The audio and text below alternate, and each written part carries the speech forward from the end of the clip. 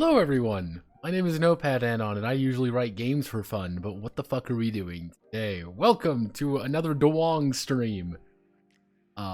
Yeah, we're DUWANGing some more. Yay, DUWANGing. What are we DUWANGing today though? Today we're going to be DUWANGing a game called Muv-Luv. Muv-Luv Alternative TRPG. Most notably just the start book, not the expanded rules or anything like that. I just want to get the most basic shit handled. So, what is Muv-Luv? What is the Muv-Loving? Muv-Luv, Muv-Luv, Mubbing of Loving. It's a series. It's an old series, really. It started in 2003. Yes, it is almost 20 old at this point. What is DUWANG?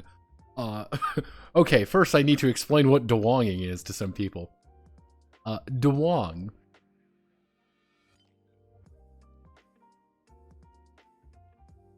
DUWANG was a interesting translation of JoJo's Bizarre Adventure Part 4.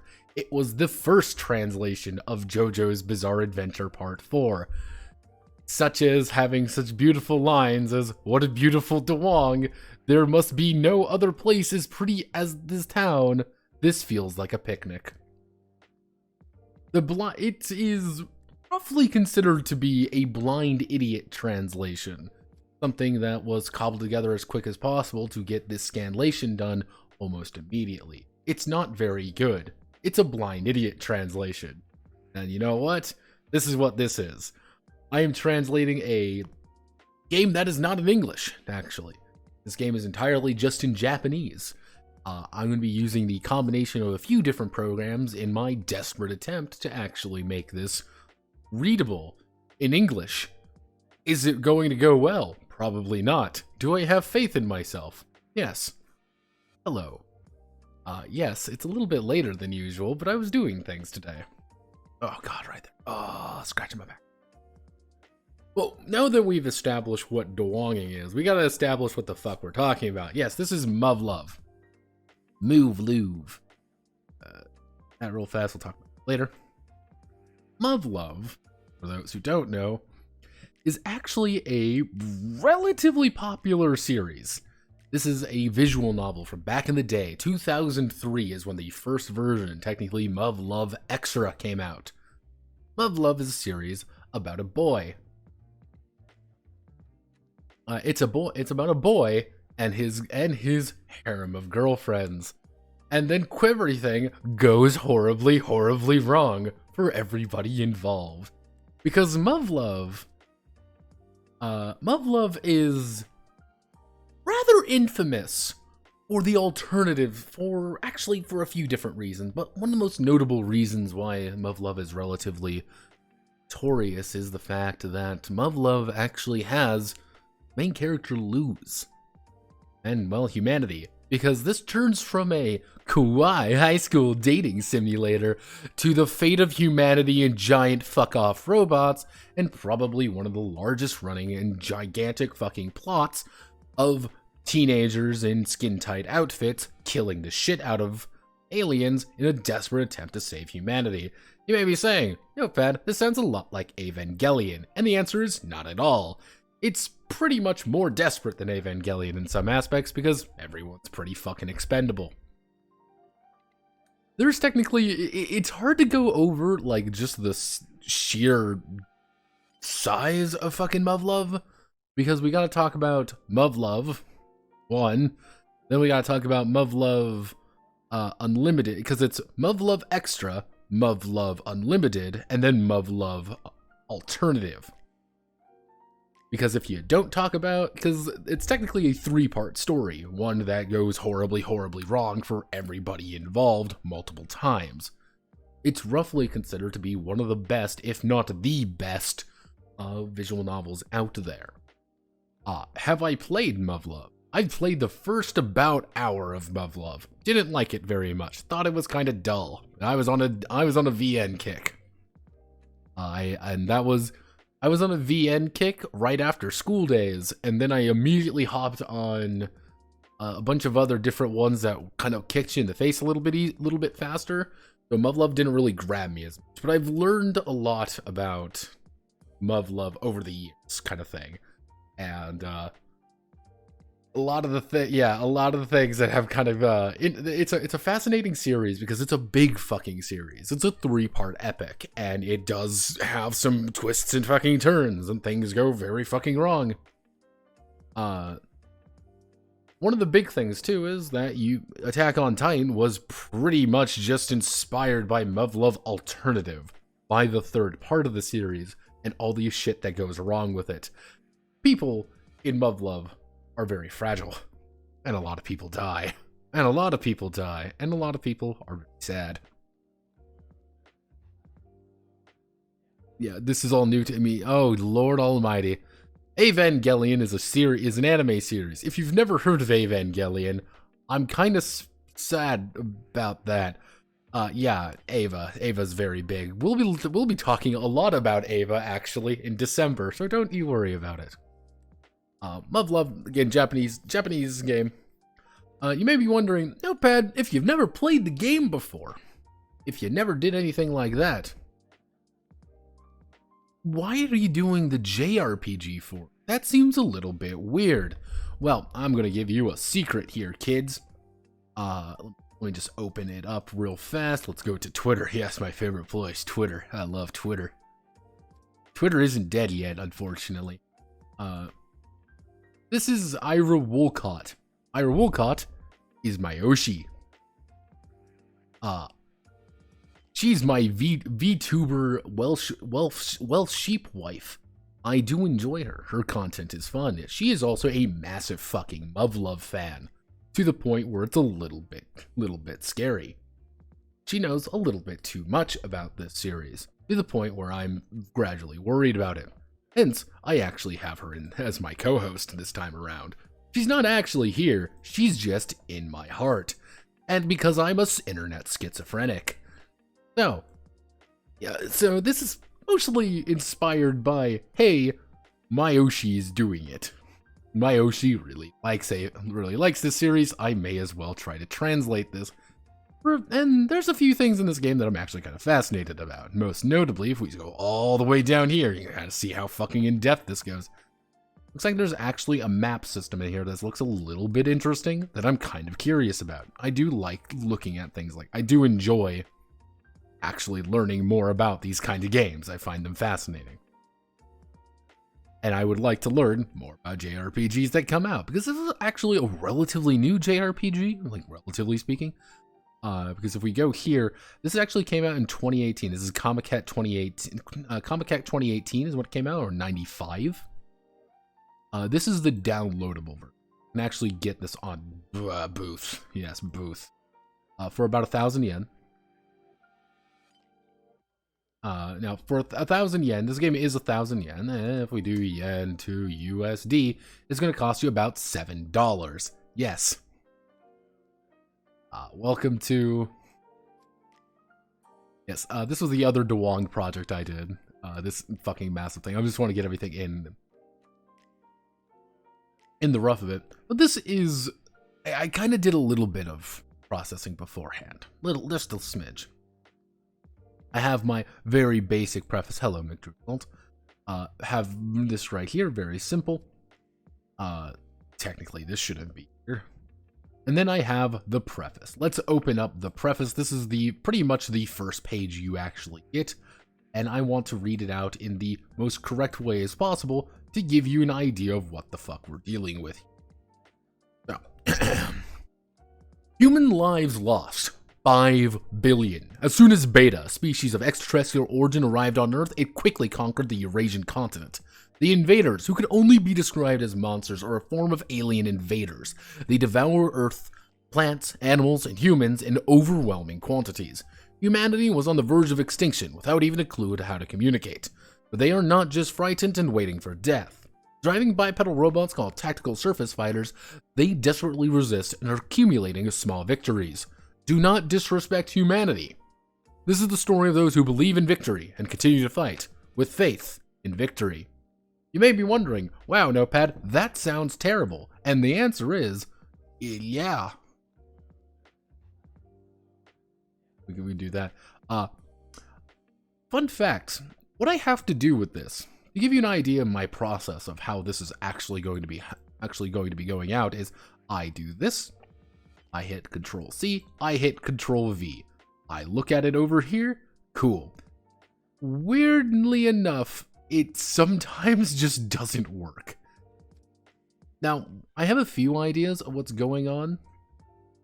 Most notably, it's how this book is actually formatted. It's kind of breaking things up when it shouldn't break things up.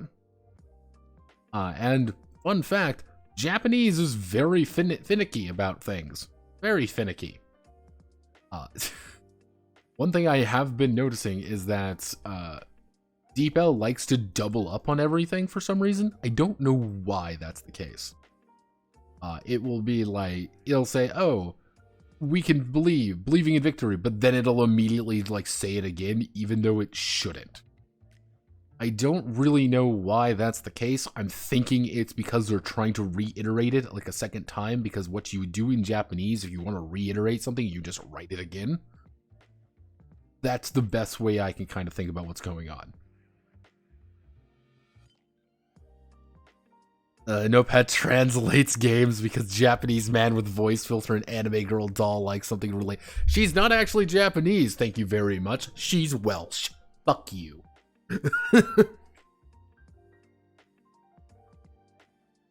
I'll never forgive the Japanese.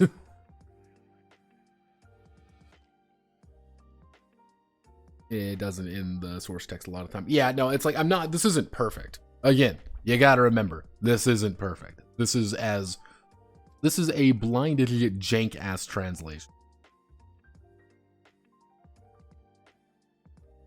One of the weird things too that I have to contend with in this particular book is this. This is furigana. Furigana can roughly be described as, this word is really weird and complicated, we're going to help you. And this would be the pronunciation of it is using the furigana. There's a problem here though. If I put this furigana here, it actually puts it here. This seems a little bit wonky. The problem is, this does actually change the nature of the word pretty drastically. So things get a little bit wonky. What I have to do now is be a little bit more diligent and actually make sure to erase sections of this and make sure things are actually put together properly. Now, obviously, this is going to be a pain in my ass. So what I did was downloaded a program called Sakura. Sakura is Japanese Notepad. As you can see here, I can do this, and I can more clearly see them and go bonk bonk, and then here. In normal Notepad, I can't actually put Japanese characters. It doesn't actually register them. It doesn't understand what they are, unless I set my system unless I set my system location to like fucking Japan, it will not register them. I don't know why, it just is the case. So just understand that's what's in the corner there. And this is how we're going to be doing things. Is it... So you Sakurana? Furigana. Yeah, I don't speak moon runes, Link. I'm sorry. I'll have you know I'm 100% American. I believe in cheeseburgers, God, and guns.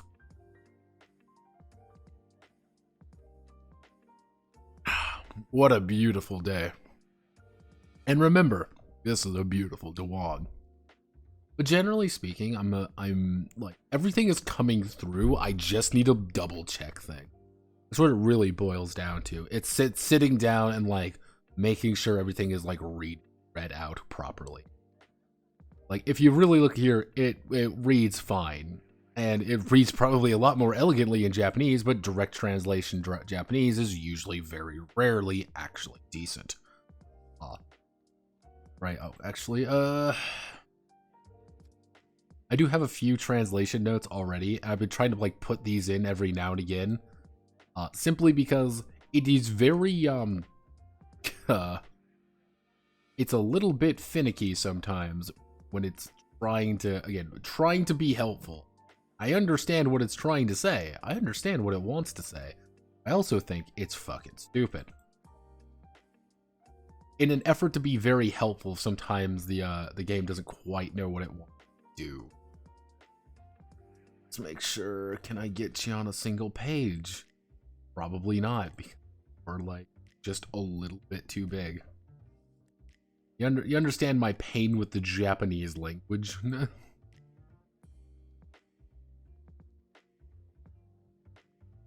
Oh.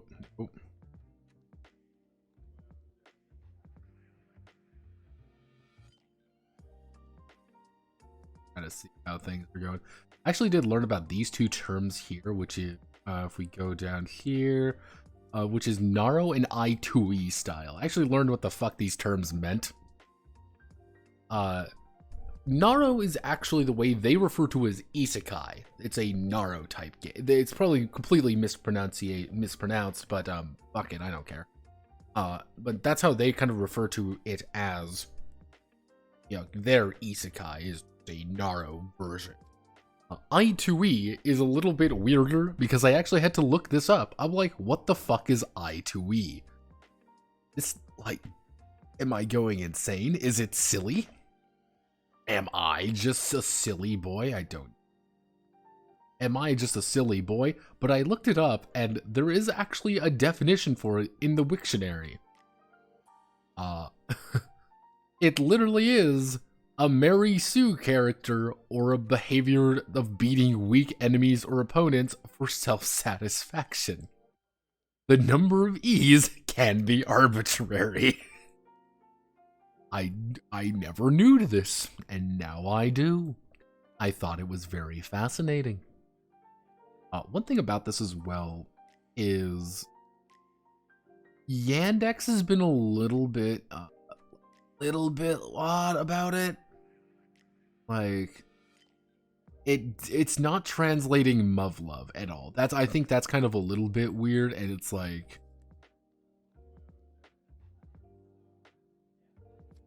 yeah, it's a little like, it's Yandex is usually pretty reliable. Like, yeah, like Japanese is usually pretty, like, Yandex is pretty reliable. Yandex has been a little bit funky with this book. I think it's just because of some of the words they choose to use. But let's get to the heart of things. We're on page 6 right now. So how this works is I do this, and then this, and we put L. What is TR? And then I usually do what is a TRPG, and we say we did this L. Now select this, and we wonder, hey, wow, this looks like ass, and we do some corrections. Because usually it's pretty good, but sometimes it just doesn't quite understand what the fuck you're on about, so you gotta double check. Have you ever wanted this? Know what we do here, and luckily this actually does take English. Does it actually? Let me check something.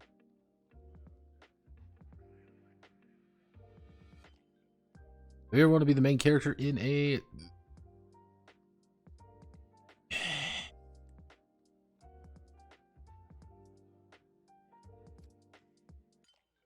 options? Yeah, I haven't really used this one too much.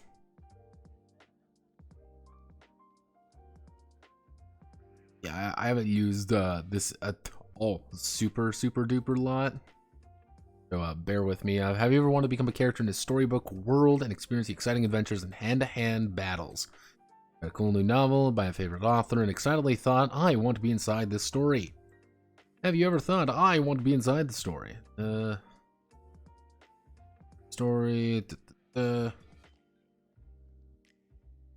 Don't need this. This is kind of like a redundant thing. I don't know. If you've ever had a big imagination, you probably not only look at stories written by others, but you may have wanted to make up your own stories. Tabletop RPGs, perfect. Now, I do actually have like an other notepad document open to double check to make sure I can read everything. Yandex did really well with Kiznite. This is Kiznite. This is Kiznite, which is another game I actually translated. The first in this series. It did really well with this game. Arguably better than Deep L. It did a lot better with the terminology than Deep So it's Yandex has been fairly reliable, not as reliable, but it's still it's good when it wants, kind of thing. That's why I've been kind of a little bit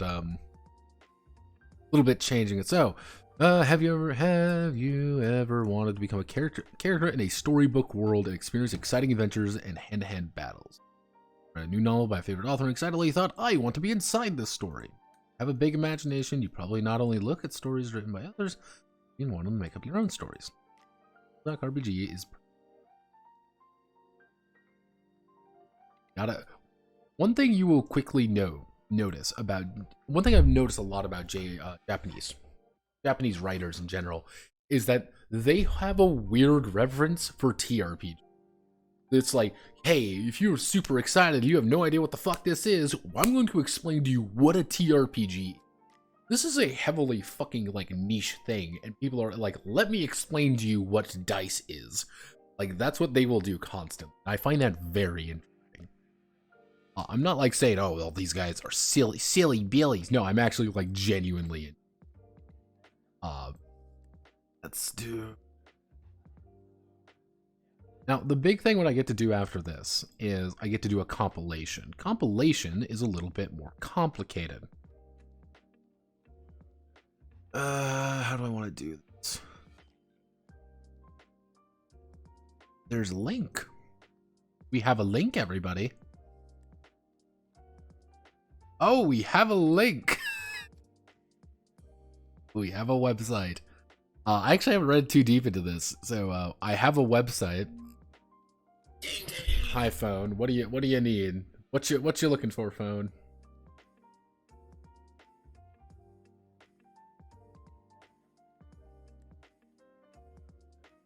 Hello, phone.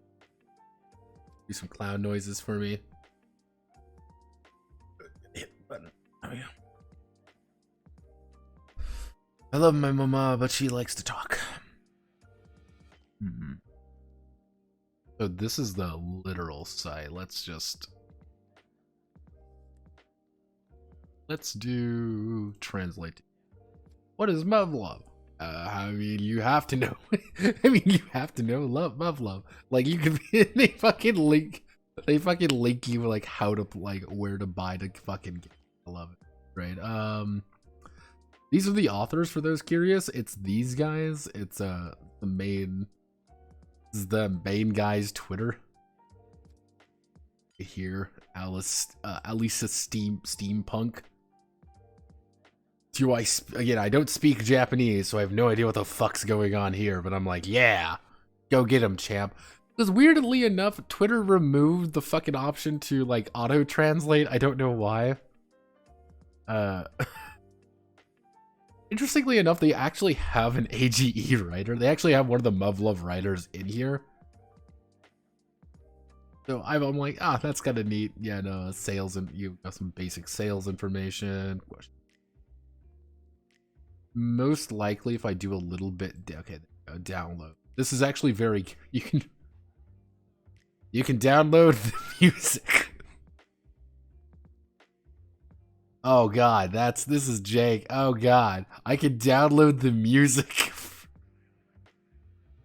Oh wow, download the session tool. Okay, we do have full character sheets in battle map. That's nice. We have tokens. That's good. You got all the beta male. You're a beta male, Sonic. You don't understand.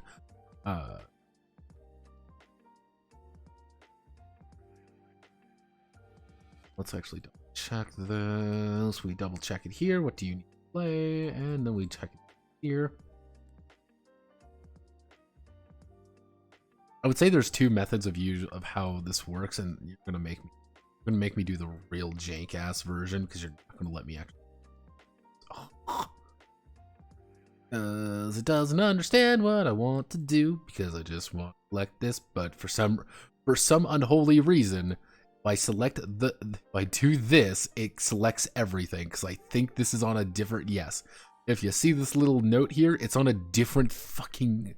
You put it in a weird. Why did you do this? Why are you the way that you are? Why are you the Japanese?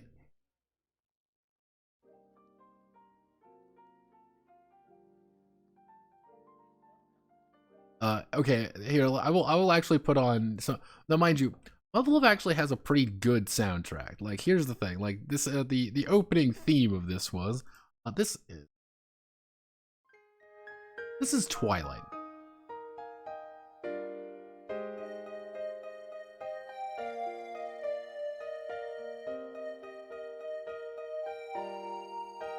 Nice, very simple. Now, this is some of alternative. Let me just bring up alternative soundtrack a little bit.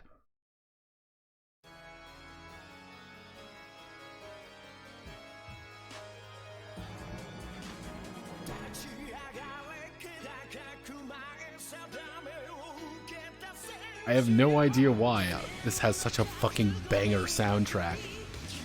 But Muv-Luv does literally actually have a lot of music done by the Jam Project.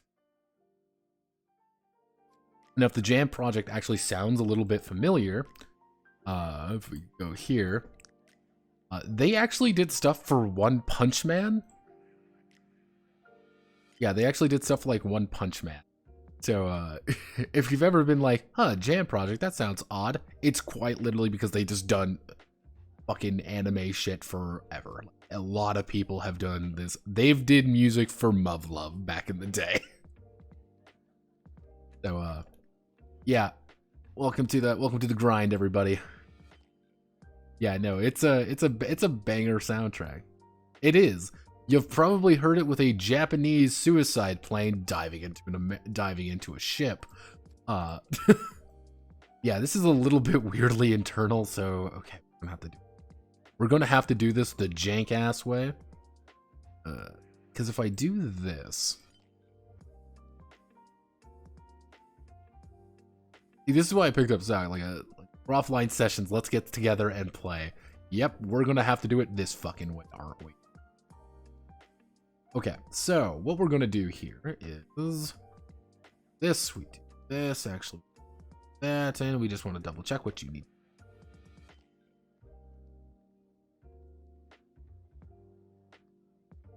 Actually, what you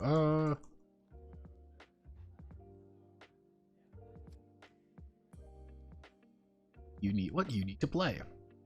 Yes, because the Japanese have a lovely time, and I respect this, of like explaining to you like how the fuck we're going to be playing offline. This is what we're going to be doing. Have fun. Okay, this is how we're going to be playing offline, everybody. If you don't want to play offline, fuck off and die. If you do want to play online, follow our very handy instructions.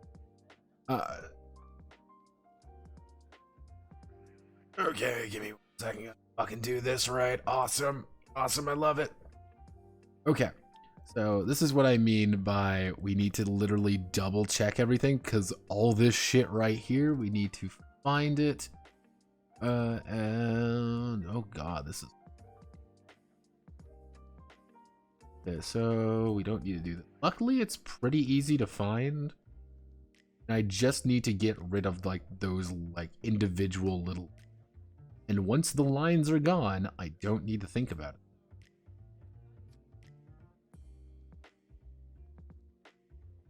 However, it's finding them and making sure everything reads correctly. Is there a period there? I don't know. Not any. Nope. Okay. I'm going to split these up for... Oh, God.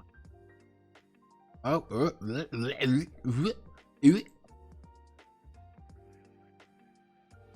It's always like this, like, am I going to break something? Who knows? It's funny.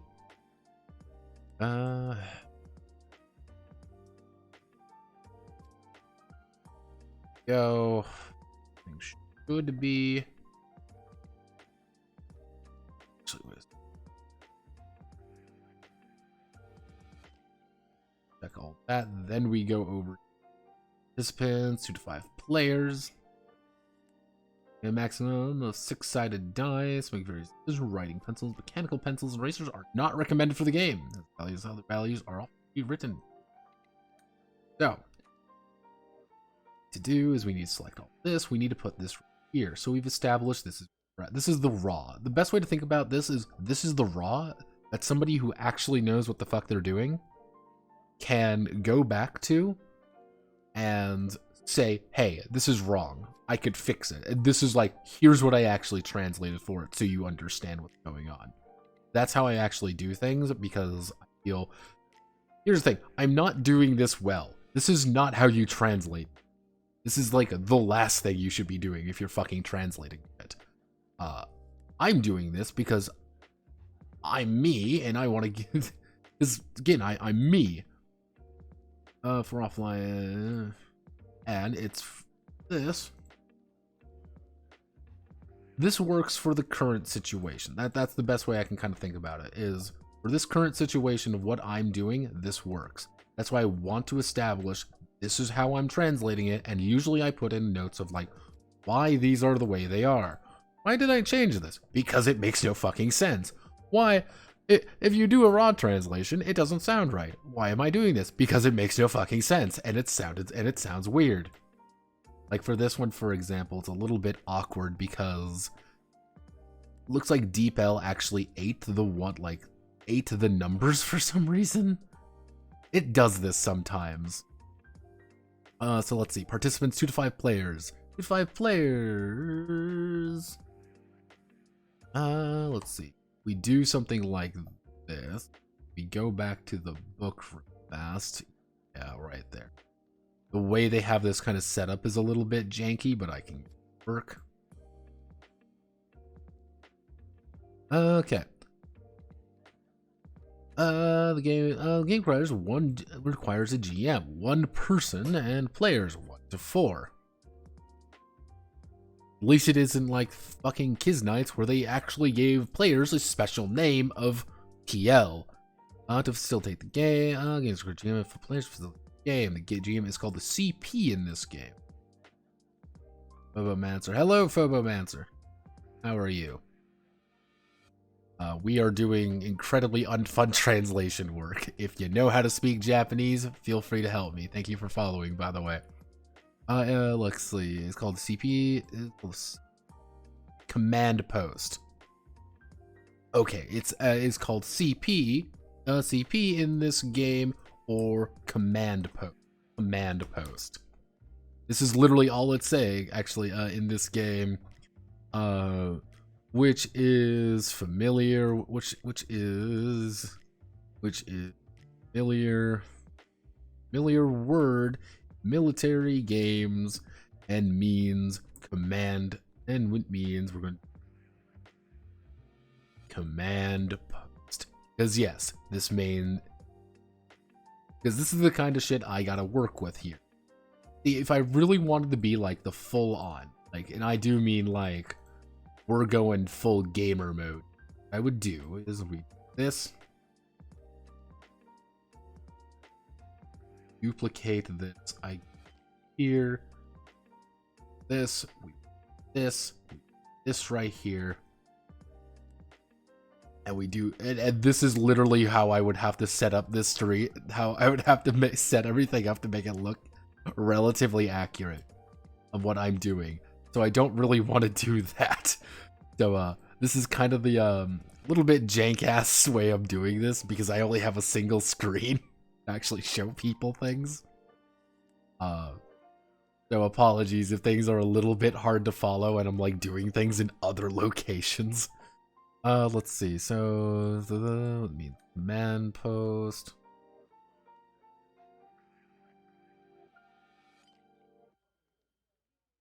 So this actually is straight up. We just do this. Do this. Do this. We're going into that. Boom. Nicer. Definitely. Military game. Command post. So double check. This we just. Sure, this is dice. Okay. And then we go that. There's actually a way to do this. Like, there's actually like a code for this. Fuck. is.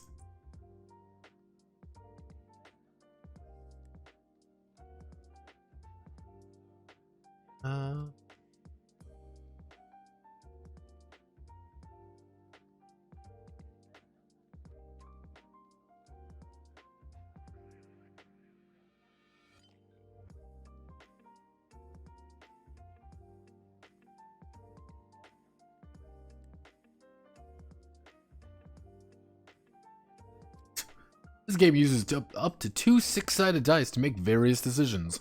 Thanks, thanks, game. Very big help. Through writing material. Because again, Japanese games, what I've noticed over time, the Japanese games love to fucking tell everything. Set up. You know, Song has actually been talking about this because he's been translating a bunch of Katakawa stuff. And he's even been like, I fucking despise them. I fucking hate everything. They're so dumb. Like, they keep, like, reiterating things. Like, yep, that's...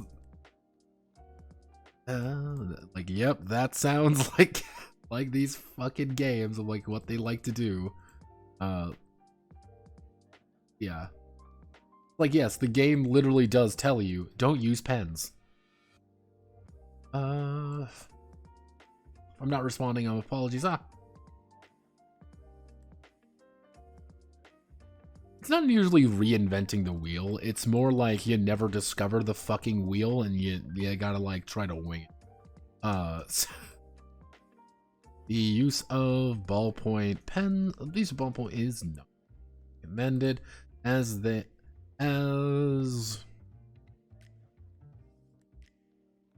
I'm going to put it as the players will often rewrite values such as ability values. Not quite the exact translation, but it's a little bit better than what the fuck they were.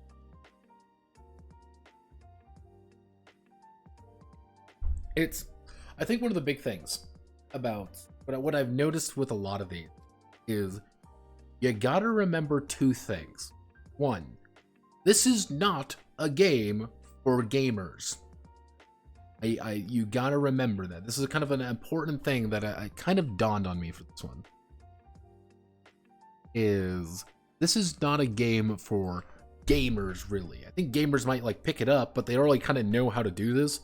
This is for somebody who has never played one of these games, just really fucking loves Muv-Luv, and has picked up this book at Comic-Cat that says, this is the coolest fucking thing ever. I want to be in Muv-Luv. I want to be fighting Beta in a tactical surface fighter because this is the coolest fucking thing in the world.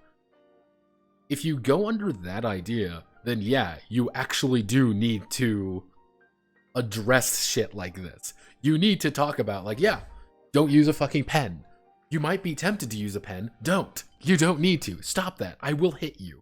Like, oh, yes, okay. Yes, this makes a lot of sense. Like, we shouldn't use this. Like, it's a game for people. Yeah, I think a lot of games do tend to, you have to assume that. Which I think a lot of games in our sphere don't. Which is a little bit weird. Like, a lot of indie games in our sphere are like, if you found this, you already fucking know how to play. You already know what a TRPG is. I'm not going to explain it to you. I mean, even like, again, I'm going to keep bringing this up just because I kind of know this one. Like, Kizunite. Kizunite actually had like an entire section of like how to fucking play and like proper etiquette, how to do things here, because they genuinely assumed you did not know. Because this might be your first game. And that they actually built this game to be, this is maybe your first game. So you gotta build that. It's kind of the idea of like, they assume, like, we assume you already know. Yeah, it's like, we assume you already know, they assume you have no fucking clue. Which, if you do know, things like this can get a little bit frustrating. This can be like kind of annoying to like, oh wow, it's one of these sections again. But if you do know, and if it's like you go under that assumption of like, this is for people who genuinely probably don't know, you might just be a Muv-Luv fan and picked this up. Which is, you know, it's kind of one of those things like, I have to now think about it as someone like Woolcott. This Woolcott has explicitly said, and I actually talked to her on stream about this. I actually added her on while she was streaming about has she played tabletop games, and she said absolutely not. She played a little bit of 5e, and she's going to play Necronica with a bunch of other ENV2. And I'm like, wowzers, that's fucking it. And I gotta remember a little bit. This is a very niche fucking hobby. Like, a lot of people are not people who play these things. It's a very rough. It's a hobby that isn't really that big. It really isn't. That's something that's. It sucks, and like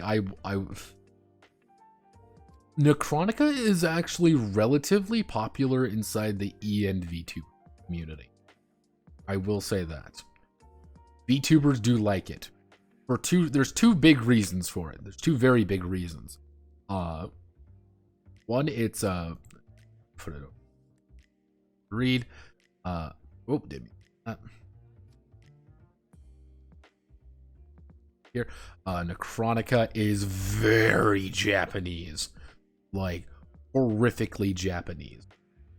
Then you have the idea of like Necronica is, and people are drawn to that. It's like, if we go under the, it's like Necronica is all, Necronica is relatively simple. And finally, like, another very big aspect of it, to me anyway, that I see a lot, is Necronica is free. That's a big idea. It's fucking free. And there's a pretty decent sized community for it. You can always find people for it. It's very Japanese, it's relatively simple to learn, and it's fucking free. You don't gotta pay anything for anything, and it's not. And I think like another like aspect of it is Necronica is one-shot friendly.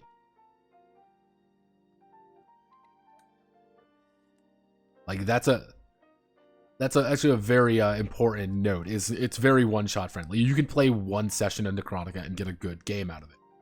Is Necronica free? No, it's not free.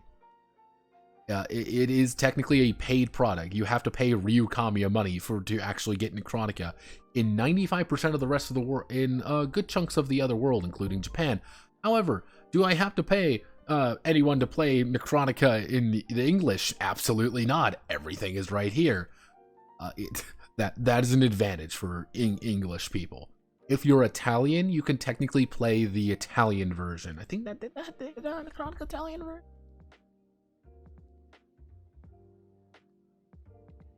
I don't believe the Italian version has come out yet, but there was actually like an Italian company picked up the rights to like translate Necronica. I remember that was like a fairly big deal, because fun fact, and I tell people this, and the Necronica people look at me like I'm insane, like I'm preaching fucking devil magic, but I'm saying this very honestly. Necronica is a bitch to pitch, because it's a game fundamentally about undead lollies. If you can't quite get past that, you're not gonna have a good time. And I think a lot of people in the I think a lot of people are very much turned off by Necronica before they even begin. And that's a shame, because Necronica is very good. Necronica is a very good game. It's just Necronica, and you have to understand the fact that yeah.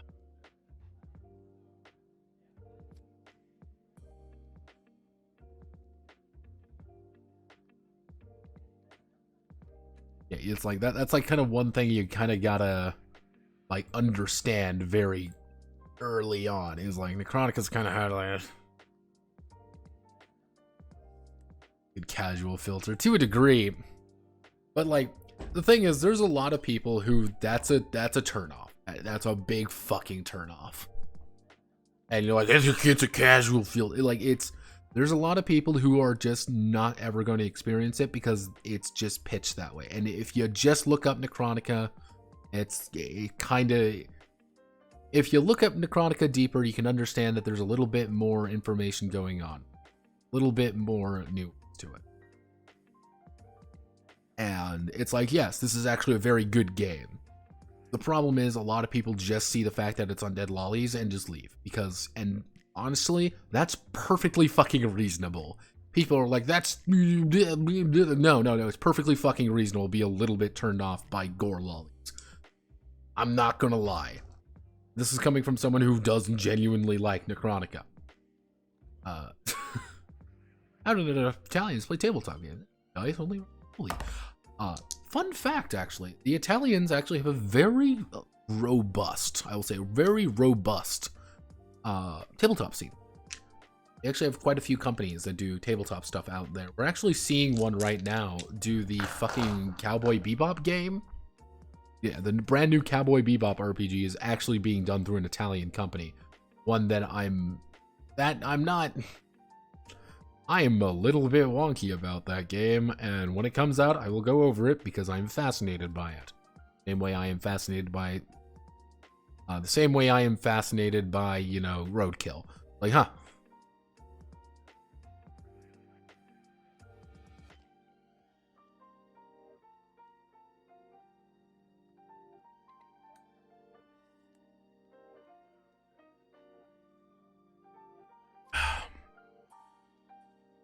The Cowboy Bebop, the official Cowboy Bebop RPG. Mana Project Studios, there's a little bit of, yeah, right here. Technically, it's, oh, Sunrise is behind it. Sunrise really isn't behind it. And one of the weird things is here, it's not actually going to be in Japanese at all. It's only going to be in English and Italian.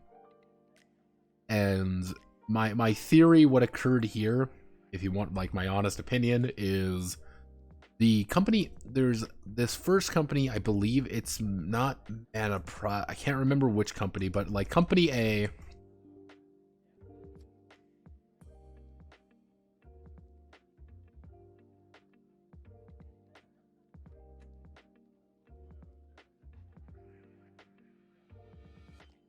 pretty much this company A owns the tabletop game rights for Cowboy Bebop. They hire out company B to make a... They hire out company B to make a TTRPG for the game because they own the rights to it. They own any tabletop game. If you actually, I believe it's the company that does Cowboy Bebop A Serenade. I believe that's what the board game is called. Yeah. They're the guys who did this board game, Space Serenade. And for some reason, I think they were like, maybe the rights were going to relapse. They said, fuck it, we'll do this. Or another very important aspect is this. This is a multi-million-dollar Kickstarter that made a bagorrillion dollars and is very successful. Has a single human being ever talked about this game after its release? No one has. Not a single soul has talked about Avatar Legends, the role-playing game, after its release. Actually, no, I take that back. The only time people have talked about Avatar Legends, the role-playing game, after its release was me saying this game is kind of mid, and other people saying, why aren't we talking about Avatar Legends, the role-playing game? Those are the only two people. See, the Cowboy Bebop game is still running? No, it ended. Yeah, no, this ended. It made good money, actually. It made about, how much money? It made about almost 50K. It made almost 50K, which is a good amount of money for something very light. I went over actually the very early version of this game, the beta, and I was not a fan. It was weird. I did not like it. I did not like it one bit. Very weird story game bullshit was going on. So yeah, when this one came out, I was like a little bit like, eh.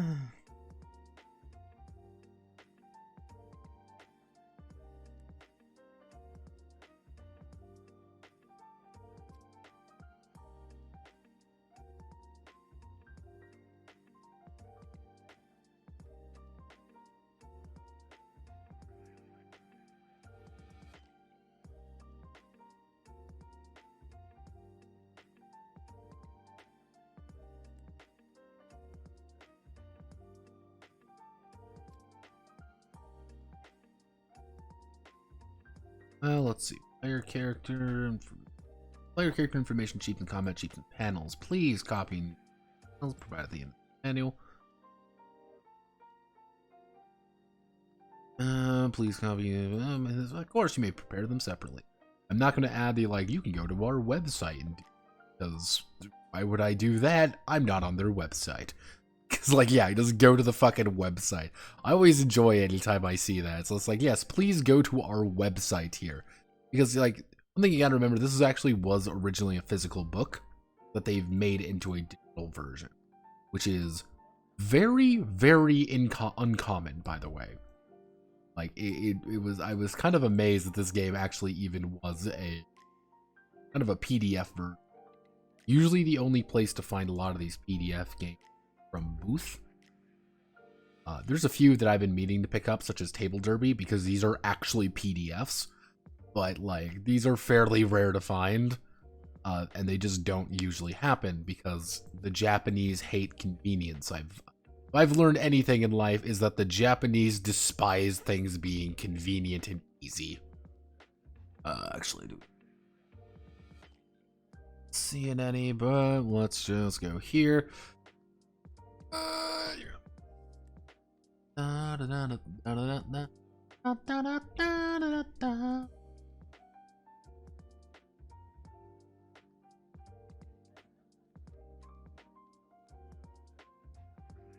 It just takes 2 to 5 hours, even longer to play. So here we open this up. Each session takes 3 to 5 hours, or even longer to play, since it is quite difficult to schedule everyone to meet in one place for such a long period of time. In recent years, more and more sessions are conducted using voice or text chat over the internet. Add a there. Maybe somewhat difficult to do because you cannot see each other's faces. I love Japanese so fucking much.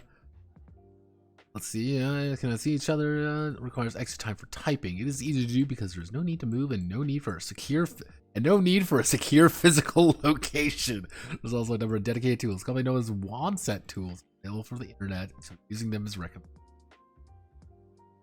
I do love the fact that they have like just this basic assumption that you as like just this random Japanese person has never heard of something like Skype or Discord or anything. Like you are helpless. Like you are a fucking wild man in fucking nature. There is no hope for us anymore. Like you are in the fucking like nothing. Get ready, kids. We're getting ready to fight for survival here. Sorry. For online. Like, yep, here's this.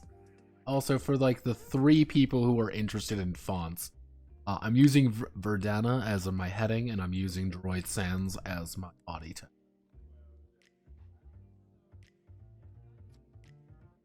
See, I like to keep some of the more bizarre ones. I like to keep some of the more bizarre translations during these, just because I find them funny. And in case it's like, is this like actually what they're saying? I don't know, but I like the idea of secure physical locations. I find that funny. During the compilation process, at the very end of this, after everything is fully translated, I do the compilation. The compilation is literally me going through and changing things like this to make them a little bit more easy to read. Yeah, like, well, it was like the, during the Kiz Night stream, there was an idea of binding techniques. Because it's a game about knots, like you're tying things. Throughout the translation, it kept translating binding techniques as knotting techniques. I went half the fucking, like, it went too very far of just knotting technique. Everyone had a knot technique in some way. Yeah, that was interesting. We made the executive decision to change it to binding. However, it wasn't incorrect. It was just very also not correct at the same time. So yeah, hopefully you like your knotting techniques. So I'm okay with no need for a secure physical location. I'm okay with that. It's better than the knotting techniques. Okay, I have a strange feeling this is going to be the fuck off lore section. I'm ready. Let's go, gamers. Worldview. Yep, it's time for the fuck off lore section. Woohoo! Now you may be wondering, what do I mean by the fuck off lore section? It's the fuck off lore section where we have to like just do this mass amount of lore shit. Which I'm gonna say this is gonna be real interesting for people who care. And I'm like, oh lord. Because this is all of the lore. It's like, oh god. Oh god, there's so much. And with a lot of these games, I really don't know, like, at what point is, like, how do I want to work? What is actually going to be useful and what part of it isn't? Just straight up, like, this is just, like, random bullshit the game, it, like, thinks we need. And, like, what here is actually going to be, like, this is fundamental rules that if you do not have, you cannot play the game. Because I've seen more than one Japanese game. Slap that shit in the middle of it. Slap that shit in the middle of everything. And it's like, no! No, please! So, see, luckily the, like, main, like, antagonists are a very simple, they're just beta males. Yeah, sorry, beta. Sorry, we're only Chads here.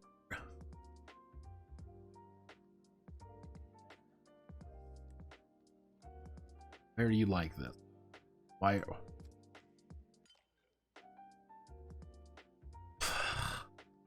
These aren't actually letters, are they? Why? Why is it like this? These are actual letters. They're just not the right font? What the fuck is going on? Like, I'm not insane. You're seeing this, right? Yeah, welcome to Jank-ass translation with Notepad and yeah. But yeah, then you see shit like that. Like, I'm assuming this is the case, like, down here, that's what they used in the document, and it's just having a fucking stroke. It's like, I have no idea what you're talking about. Please send help. I am in danger. No. Danger, Will Robinson. Danger. Yeah, I can make this really simple on myself, and I'm gonna do it because I hate the world.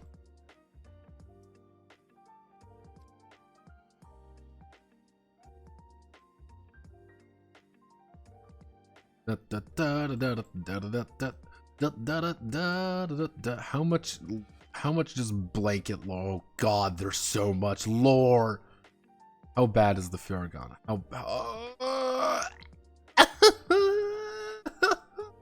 Come on. There's so much of it. And let's get down to business. To defeat the Huns. Did they send me daughters when I asked for sons? Da, da, da, da, da, da, da. Da, da, da, da, da, da.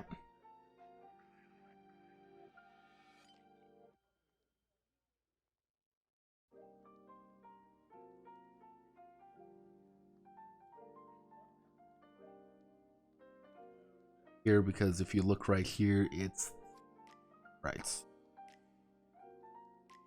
Broke that up. That means is there another one? Did I not see it? No, that should be good because you don't use fucking quotation marks. They use their own insane quotation marks because crazy town, otherwise known as Japan. God bless the Japanese. God bless them. I love them. Let's see what the fuck this translates to. I also noticed it's changed this to this. I don't know why it's put it as Orta. I think that's just like it's trying to do a more raw translation because it's thinking it's a proper noun. It's thinking this is a proper noun, therefore I'm just going to translate it directly, even though it shouldn't be. Like Deep L is a little bit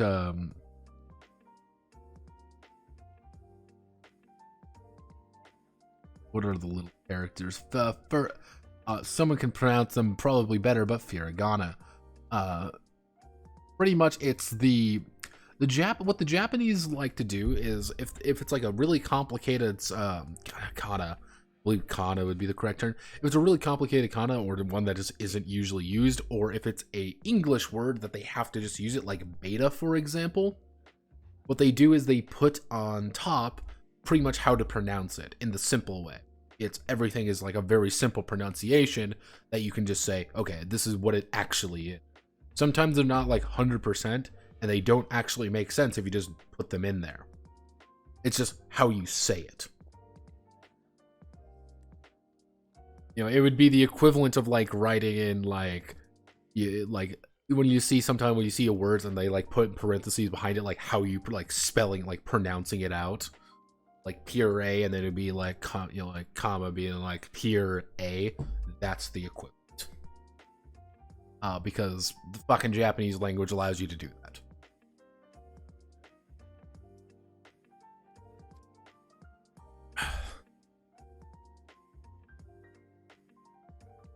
The First Lunar War.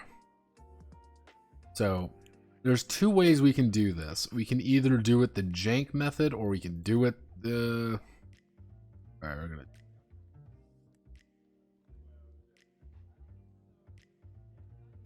What this is literally going to be is me doing this.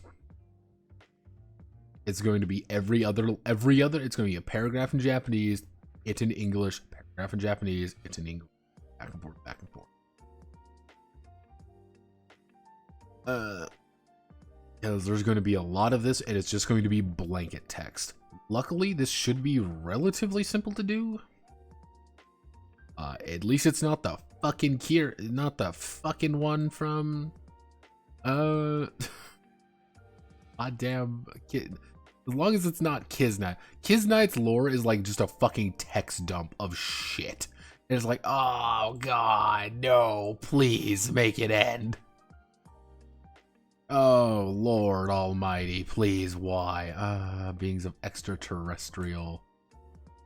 Beings of extraterrestrial origin, beta, blah, blah, beta. Beta are bad, beta are evil, beta are things we don't like. Because beta literally stands out beings of extraterrestrial origin. Actually, let's actually get the beta Muv-Luv. So get this right. We're just gonna say it out loud right fucking now. Hello, beta. You're a beta male. A being of extra, which is an adversary to the human race. Say duck, yeah, duck and duck. She's the adversary of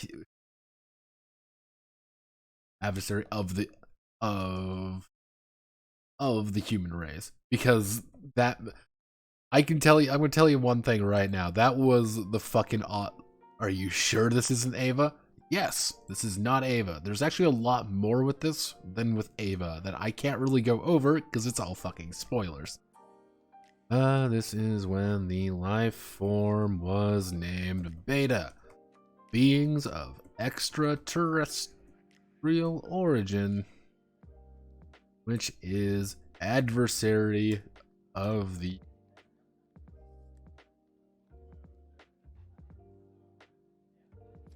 and thus Goku and the never-ending war. And the never-ending war upon mankind and Beta, the Beta War began.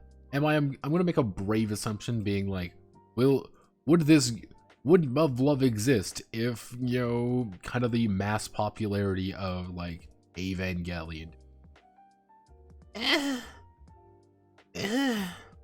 I think there's clearly, like, the thing with Muv-Luv is that there's a lot going on with Muv-Luv from behind the scenes. There's actually a lot more deeper storytelling, arguably, than Ava. I will be the first one to say. And you're looking at Ava's number one fan. I fucking love Evangelion.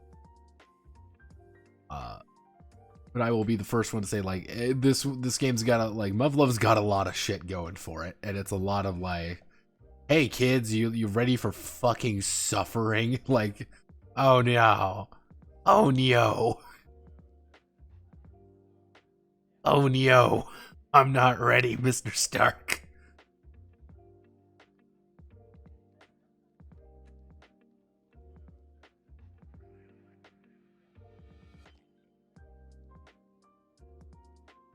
Again. Do, because all the blue line is indicating that there's a fucking space. Because this is fucking PDF. God is dead. We can't have nice things. Called a landing unit. Let's do a little bit of index landing unit. It's just going to be landing unit now on. I could see, I have one advantage, is I could legitimately just go to the #1 Muv-Luv fan I know and be like, hey, is everything here accurate? I want to make sure.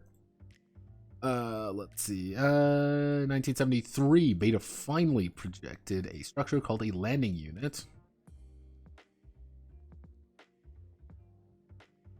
Oh no. Oh no. Oh no, gamers. I just realized what it said. From the moon's surface to the earth, landed on the Kashgar soup? Oh no. Give me, so it'd just be Kashgar. I'm gonna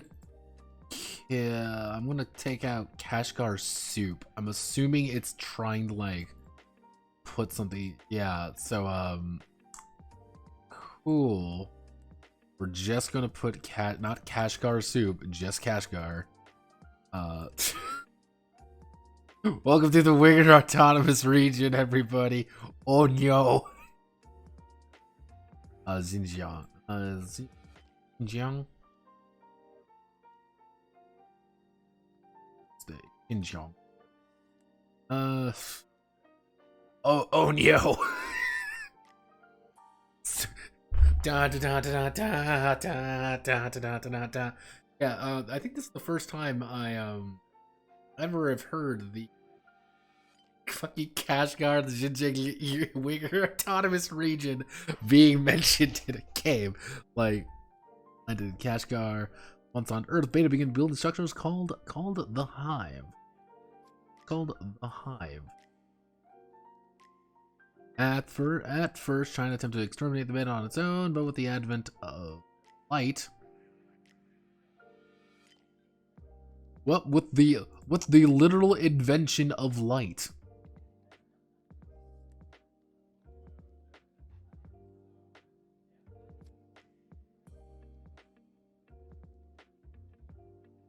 with the advent of the laser beam. So yeah, okay, with but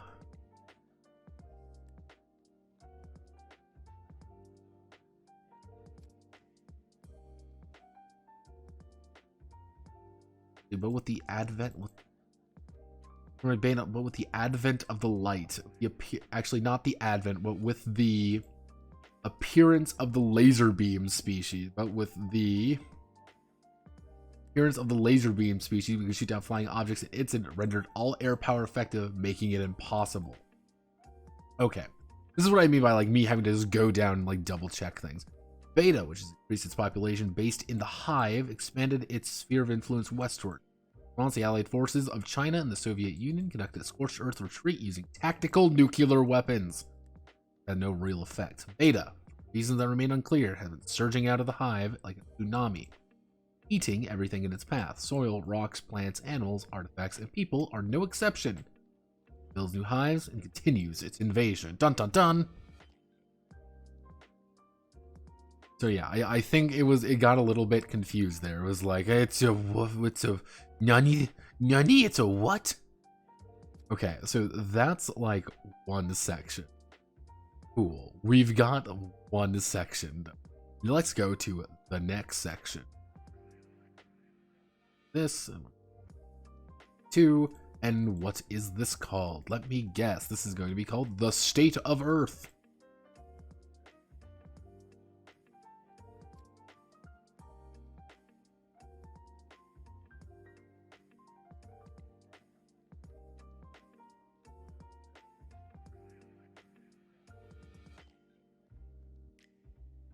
check something. Index there just to make sure people understand what I'm using. Because remember, all sources, and I am always sources. Technically, this is taking place in the 60s. You gotta remember that. Yeah, like Muv-Luv takes place is a 60s gaming.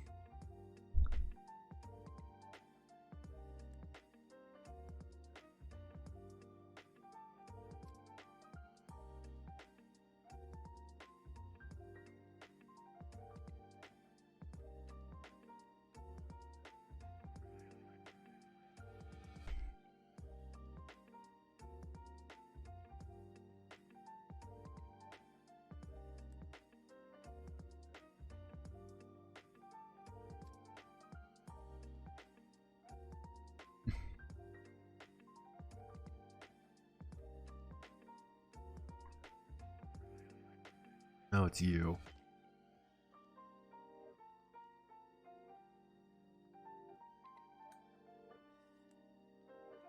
Yeah, I just went on Twitter for 2 seconds. I immediately feel sad as it's the random llama you. Yeah, there's this guy who's like, hey, I'm gonna be here now. I'm like, I'm a llama, ha ha ha. It's funny because llamas. Wow. I'm dying a little, knowing that you exist on the same mortal plane as me. I am immensely saddened by this reality that I must live in the same, I must breathe the same oxygen. But alas, I am not allowed to die yet. I must translate the Muv-Luv RPG. The only way to stop Beta, we're gonna adapt an environment, is to defeat it. The only way to stop Beta is to defeat it. Sometimes you just, like, it's one of those things where I don't know if it's, like, just poor, like, is this just poor translation? Like, is it like, is the translation wonky? Or is it just written poorly? Like, is this just a bad? Like, the only way to defeat Beta is to defeat Beta. Like, wow. Good job, team. We did it, everybody. To beat the enemy, we have to defeat them. Like, it's one of those things, like, it's hard to, like, genuinely see of, like, what are you actually just saying, like, this is just what it is? Or is it, like, actually, no, I do genuinely believe it. I think what the idea is, what it's trying to say here, is you can't naturally stop Beta, you legitimately have to fight Beta. Except we don't have, like, a proper term for you have to fight Beta, but it's like you have to defeat it. Like, it's like there's no diplomacy or anything. There's no diplomacy or any natural way. It's like we have to literally beat it into submission. So it's like, cool. Like, I guess that's what it's trying to say. It's just the way that it's being worded is funny. Let's see. So the only way to stop Beta is to adapt to any environment, is to defeat it. Humanity is outnumbered by an overwhelming amount of material resources, and the world population has dwindled to 1 billion. Because yes, when that initial read I did, when it says like, oh yeah, we've been reduced by, 5 billion people have died, that's not a lie. 5 billion people are dead. We are at critical extinction level. And in the main game, you fucking lose. Initially moved westward, centered on Kuti. Kuti?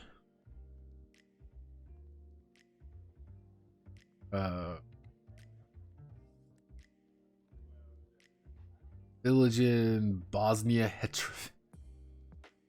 Yeah.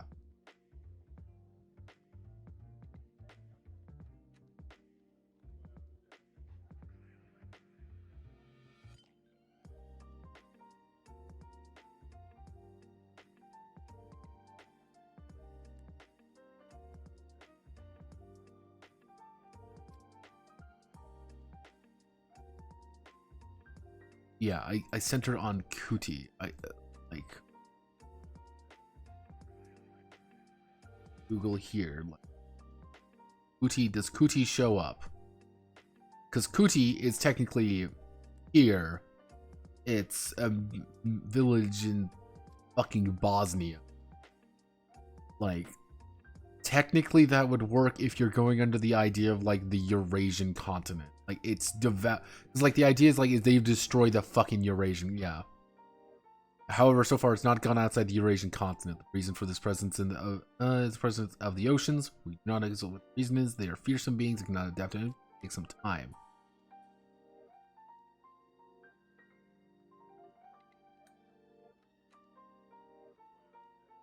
Yeah, so I'm gonna make a wild guess and be like, this is literally Kuti, as in a location called Kuti, because no other fucking place would be called this except right here in Montenegro. Like, would it be in Montenegro?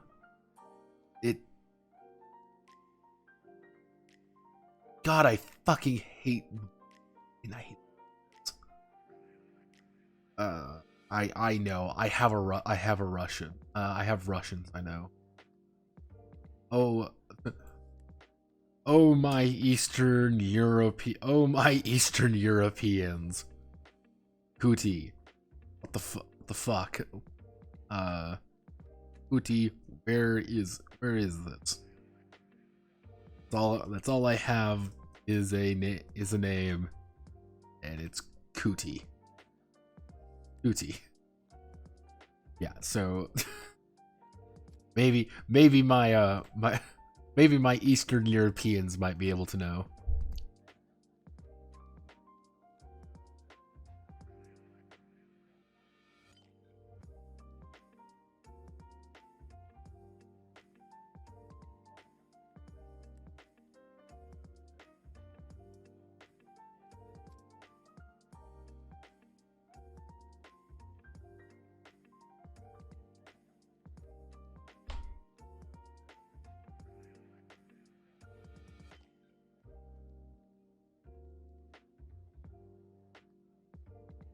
What's this all about? Soup? For some reason, it was trying to make us go get soup in Kashgar. Kashgar, don't worry about it. The Uyghur people were always part of China. So I'm just going to say, yeah, Kuti.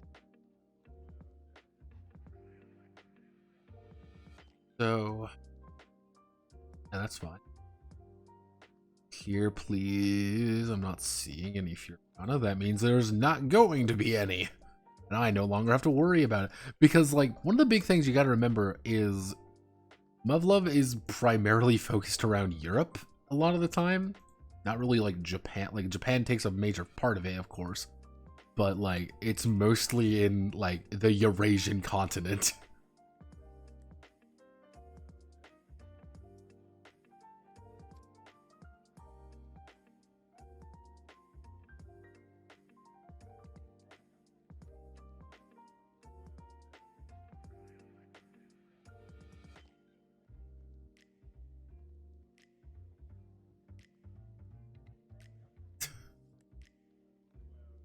Yeah, well, they can't cross the ocean. However, they totally crossed the fucking ocean, and we're all going to die. Because the Canadians literally like, okay, we've lost most of Canada, what do we do? Nuke it. Nuke everything. China, the Soviet Union, European countries lost their lands to this invasion. Loss means that the land is no longer inhabitable, not only because it is high, but also because of the extinction of flora, fauna, and climate change. Flora, fauna, and climate change. The Soviet Union leased some land in Alaska from the United States. Europe is in a coalition of countries that have lost land and are fighting together. The same is true of China. Japan has taken about half of its land, but is now retaken. Lost about half of its land, but is now retaken. It. Canada became a land of death when strategic nuclear weapons destroyed landing unit. Are these things the fucking Zerg? Yes, they are the super Zerg. Like, the big thing about Beta, you gotta remember this, is they devour literally everything and then create more Beta from themselves to continue killing everything. They consume, they leave. That's it. They are the horrifying alien intelligence that's completely competent.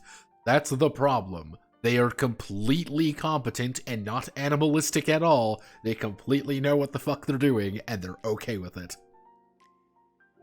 Like, that's like one of the weird things about Beta, is that Beta is intelligent. And it's just malicious. It does not give a fuck.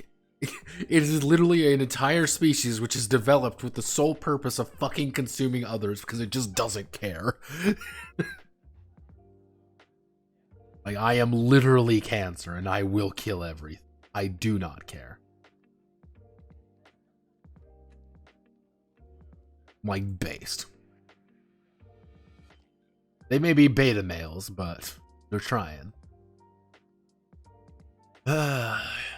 Luckily, this is written, like, I'm really lucky, like, a lot of this is written in very, I think the correct way would be very simple Japanese. Which is just to say, like, yeah, this is exactly what you fucking think it is. And it's written very, like, yes, this is a summary of the lore. And I hope you know I'm literally going to be like, hey, can you please read this to make sure?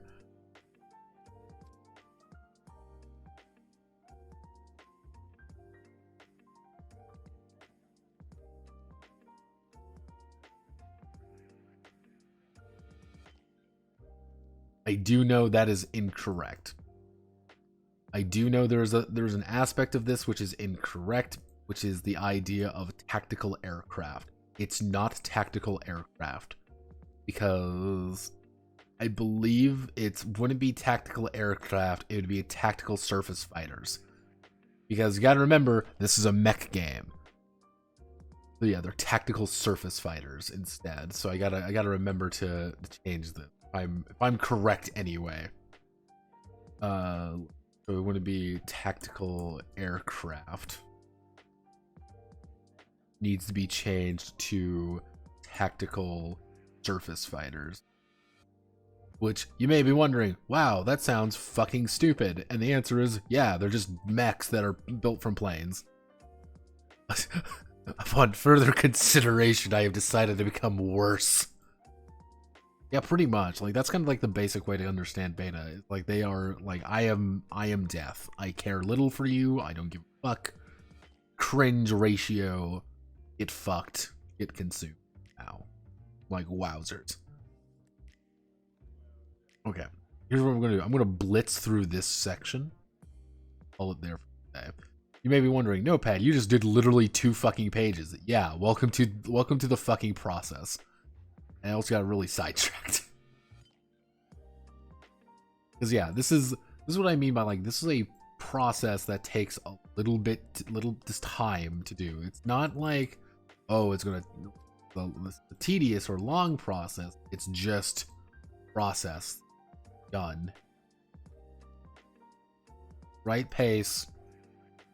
Double check everything, and then you rewrite some things, and then you double check more things, and again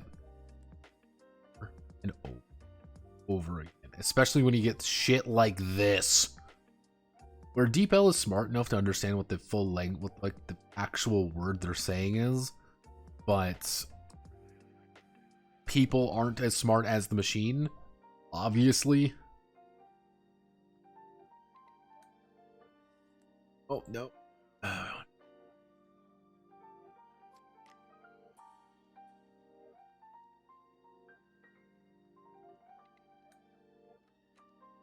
Yeah, I forgot. Yeah, technically Japan's also. We don't talk about the fact that Japan's an empire, okay? We're not going to think about it. We're not going to talk about it. Double judge Japan in alternative. Alternative, it was more precisely the Japanese empire. Since it's an empire, the emperor is the head of state. However, at the top of politics, the person in position again in full authority of the emperor. Technically, since this is the 60s, let's see.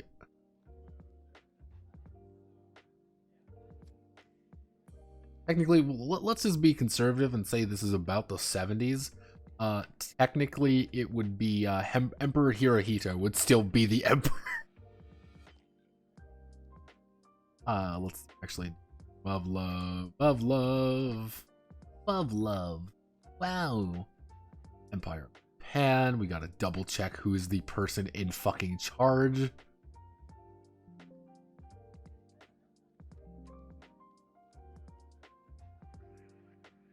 Name. Translate.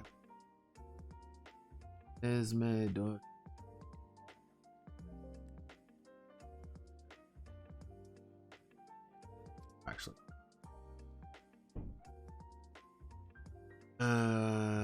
Cold War started. From Beta. Beta landing a cash gun in subsequent battle with Chinese Soviet forces. Next turn. Lead their G-bomb research and first name to propose a new G-bomb centric strategy.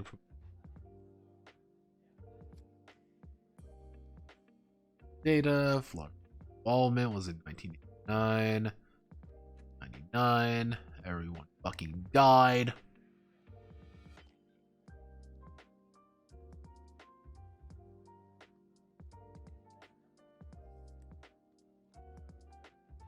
Yeah. Attacks against Imperial Japanese forces of the status. There was some insurgency informed the 12-5 incident. Of casualties from the attack, the Imperial Navy managed to mount an all-out offensive against the UN and US forces on the first fight victory gain, hard-fought battle, take toll, and Empire's armed forces recover the fighting strength still incomplete when the Beta launched a counterattack. After the idiot who military head the fuck is in power.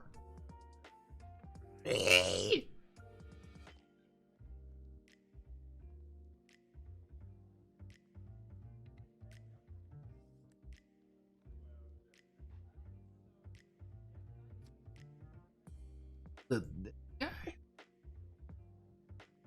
unless they're doing it by fucking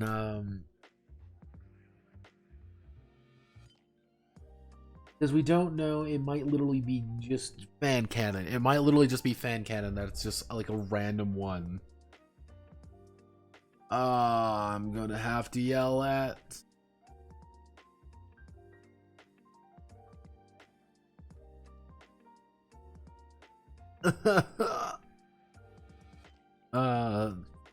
the fucking mess now called alphas. Yeah, beta. Yeah, tactical surface fighters. You gotta remember, everything is very detailed. There was an entire fucking book dedicated to the military hardware of Muv-Luv. Because the writer of Muv-Luv is an autist, and that's what he enjoys. He enjoys mechs, and he enjoys being very detailed about mechs. There's legitimately an entire fucking book dedicated to the military, to the specs, to the raw specs of, like, and I'm like, I'm in. It's not, fuck it, I'm 100% in. I'm down with I'm down with autists who are like hardcore into what they enjoy.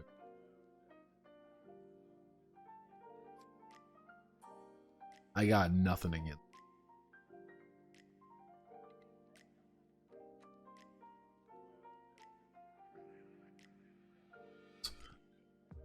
If it's a 98, if we double check here. Yeah, the 1998. Wait, no, Senjui Tatsunamori. So if it's not mentioned, I'm gonna replace him with this one. Because this is during the 1998 Kyushu Island landing.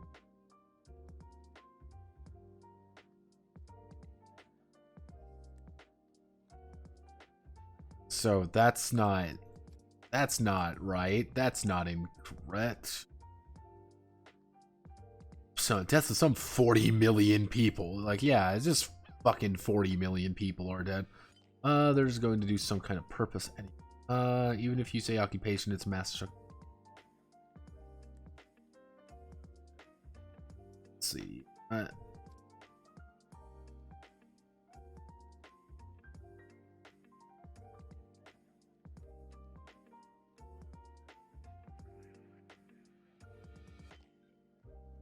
They were going on to achieve some goal anyway. I need to double check. Unless it is strictly mentioned, I am going to switch back the name to something else. different. Here we want here, we want to go here, we want to this button. Because don't forget, the Imperial Navy, never trust the Imperial Navy, because the Imperial out. We're going for 30 years, the 40% of women decreasing on a global scale.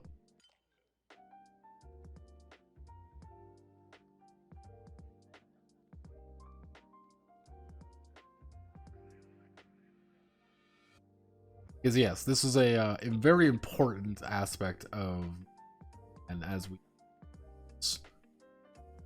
yeah, I'm going to change the, yeah, we're going to change the name. Because I don't believe this is the right name then. I believe this would be the right name. I believe it would be Senjonji Tetsumori.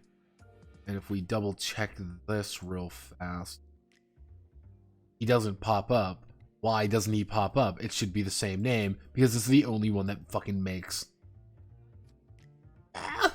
This is the only one that makes sense.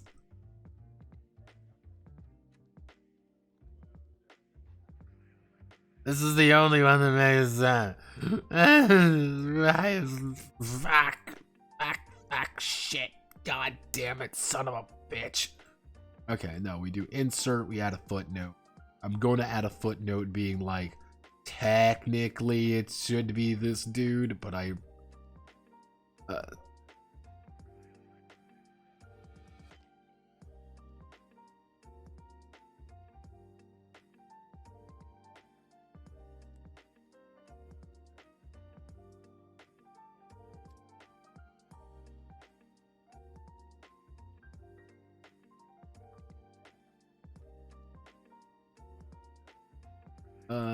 so 40, we want that, career prime, we want 9, we want black with nothing, don't worry, we don't you, should be the one in charge of this time, if, it's right here, if this is talking about 1998, during 1990 landing, he was Yoga.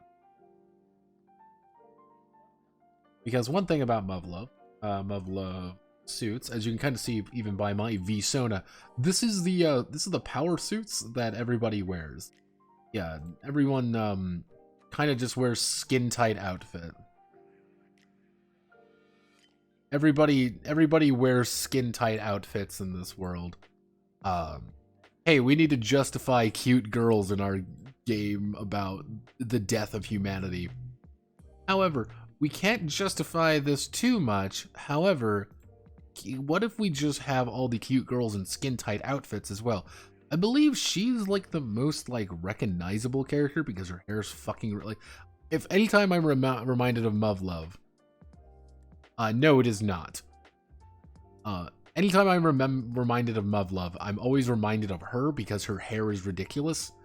I'm also reminded of see how here Muv-Luv recently got an anime. Also reminded of this girl Chizuru, I believe her pronunciation of her name would be Chizuru. I'm also reminded of this because she reminds me a lot of key characters. She will also literally just blow my fucking head off, which honestly, what more do you need? I legitimately just need a woman to blow my fucking brains out. Just splatter my skull across the pavement. I am desperate. Please send help. Yeah, this is the one girl that like I constantly remember, and the other girl is this one, not this one. This one. That's I can't. I don't know if I can show that. Yeah, I don't really. Remember, I played like the first like hour and like 2 hours of fucking Muv-Luv. I'm like, nah. Yeah, there was an anime, which I might watch bits and pieces of the anime to try to like get a better idea of what the fuck I'm dealing with here. But yeah, you gotta remember, this is still a visual novel. It was still one of those visual novels too. Like, you still gotta have shit like this to make it work. Like, They did, like, in future versions, they did remove all the aspects like that because, like, nobody gave, those were all the secondary shit nobody gave a crap, no one really cared about. People just cared about the fucking hardcore storyline. Yeah, you kind of like all the pilot systems and shit, like, yeah. Don't ask what, yeah, guys, it's essential. These robots are powered by doggy style. Darling in the Front.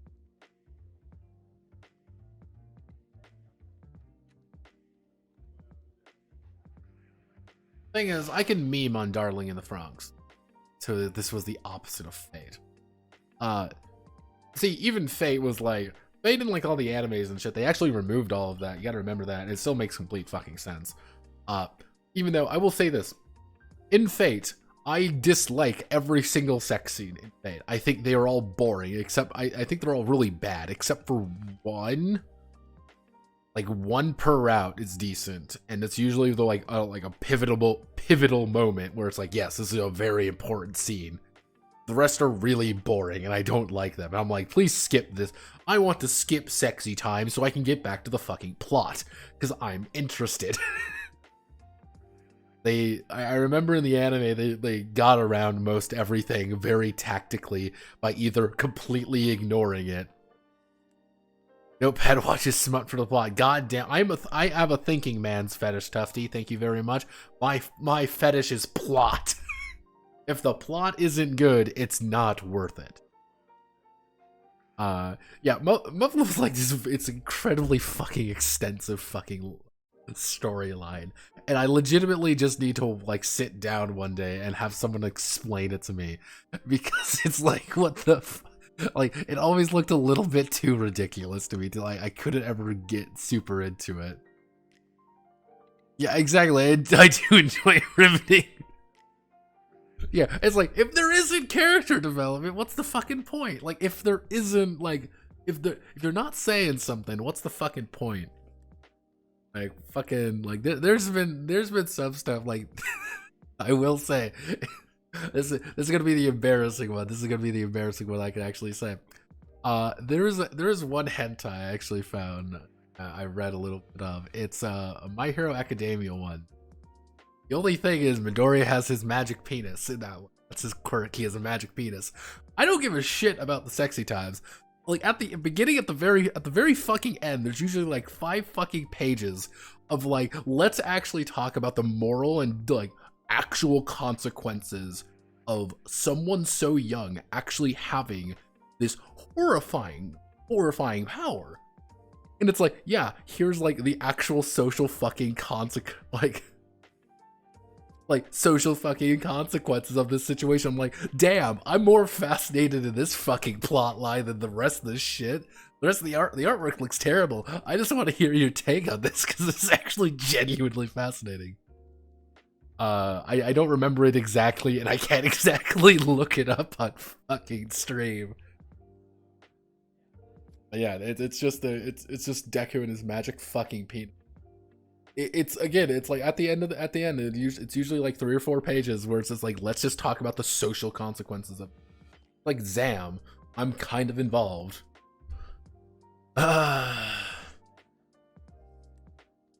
Yeah, I've already gone to the battlefield and many have been killed in action. Same true.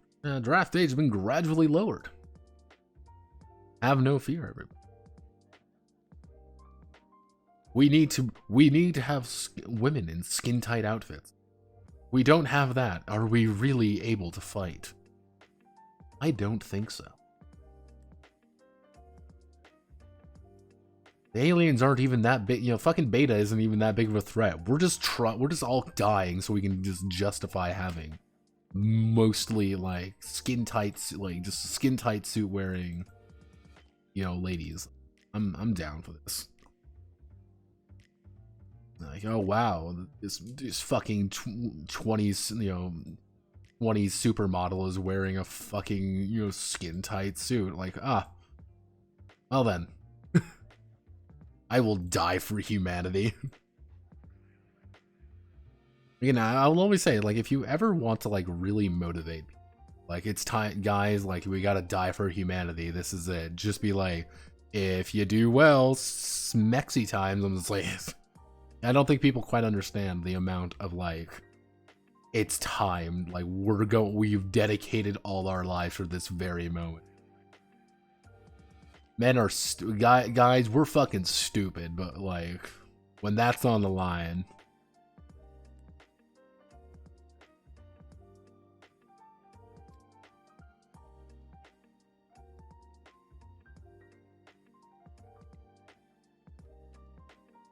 Commander of the Imperial Army is the Emperor, but it is his namesake.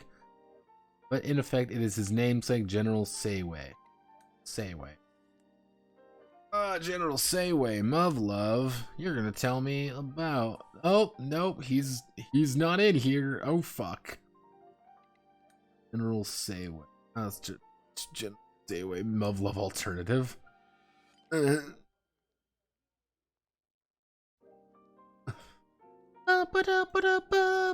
gotta remember the fucking Japanese will literally buy a fucking game, a fucking visual novel on Xbox 360. Hello, General Sayway. General Dynamo. Hey, what?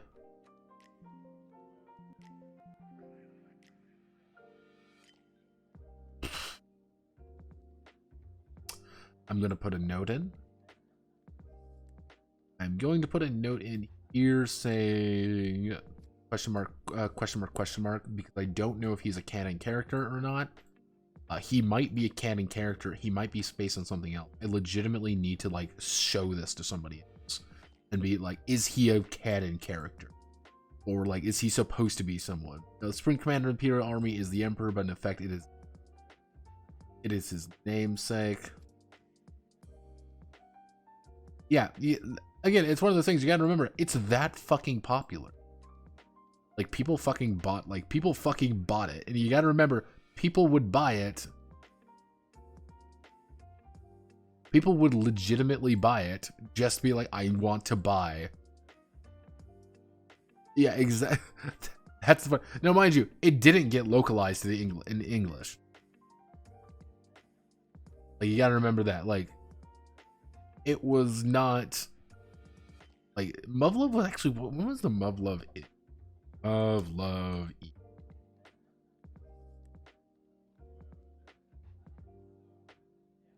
Yeah, like... Yeah, you gotta remember, like, most Muv-Luv, like, actual, like, translations weren't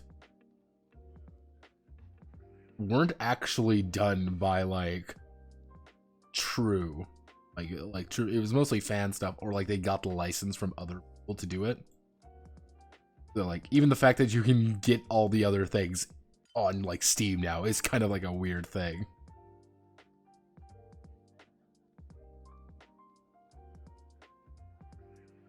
Be short. What? Muv-Luv is like, it's apparently Muv-Luv itself is a play on word. Like, it's a pun. Because the Japanese fucking love their fucking puns. And if the Japanese can find a way to put a goddamn pun in something, they're gonna put a fucking pun in it. It's like, pun. It's pretty much a pun on, like, more love. Like, that's how it's like, that's the pun. It's like, oh, it's more love, Muv-Luv, more love. That's literally all it is. It's, I fucking hate the Japanese and that. I hate the Japanese and that for that sole reason. Yokohama is only UN base, but the Japanese military base are located in various parts of Japan. Speaking of East Japan, we can think of that in our real world. There's an Imperial Army base in the place of where the SDF base is. App. Because again, you gotta remember, this is pretty much an amateur work. Like, this is also another very important thing you got to remember about this game. This is not like by the company. This is a doujin, effectively. This is an actual, like, what doujin are. This is a doujin work.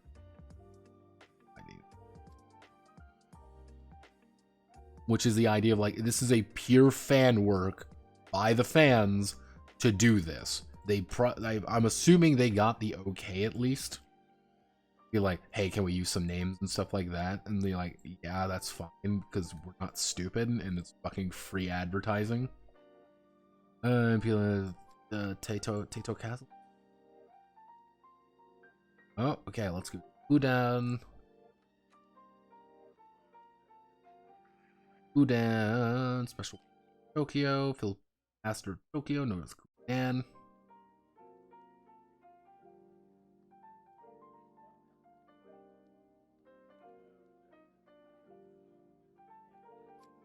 Chodia. Ooh, that might, again, it might be like, this is the Japanese way of, but it's not the English way of saying it, because that's crazy. Taito Castle. Base at Taito Castle. Let's double check. Taito Castle is Taito Castle in Japan. Yodo Castle. Because if we're doing this, if we're doing this as like the Kudan is like an actual place. Taitojo in Kudan. Yeah, Kudan is an actual place.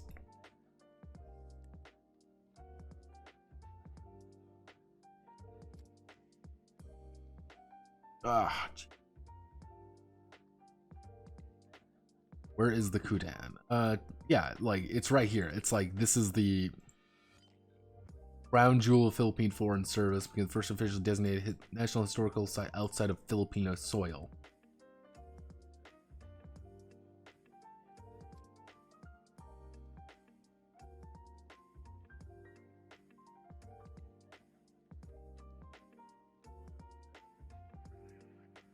So yeah, like, I believe this is what it would be. Like, what the fuck is Taito Castle, though? What would be Taito Castle?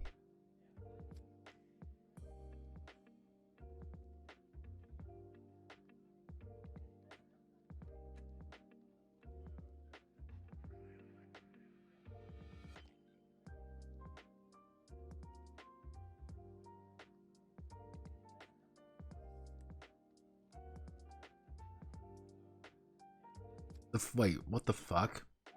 The great-grandfather of Yoko Ono developed this building. It all comes back to Yoko. Alright, that...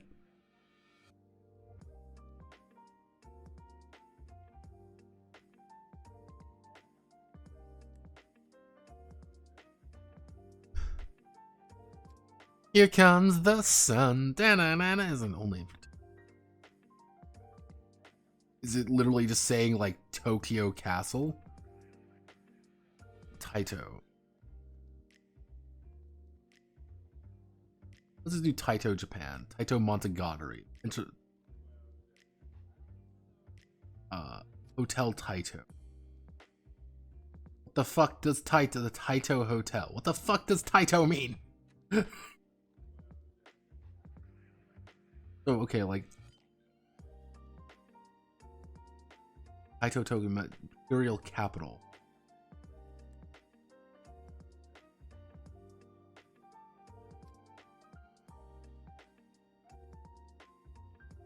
So, Taito Castle...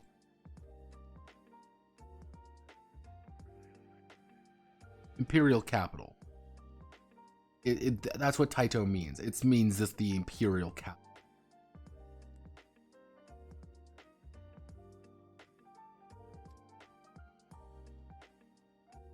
Kyoto. So it's just Kyoto. It's just fucking Kyoto. It's just not the Kaito. It's just the Imperial Castle. It would just be based at...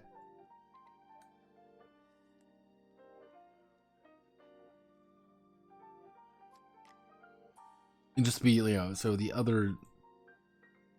Yeah, so it'd just be, you know, the Imperial... It would just be the Imperial Capital. So it would just be...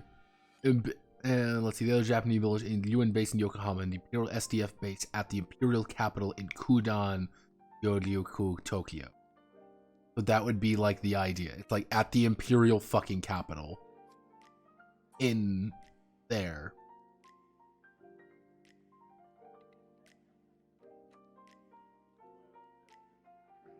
So yeah, it would just be in Tokyo. It's in the imperial capital of Tokyo. Is that the actual location of the capital? I mean, if we go under the idea, like, if we think of, like, the map of Japan, like,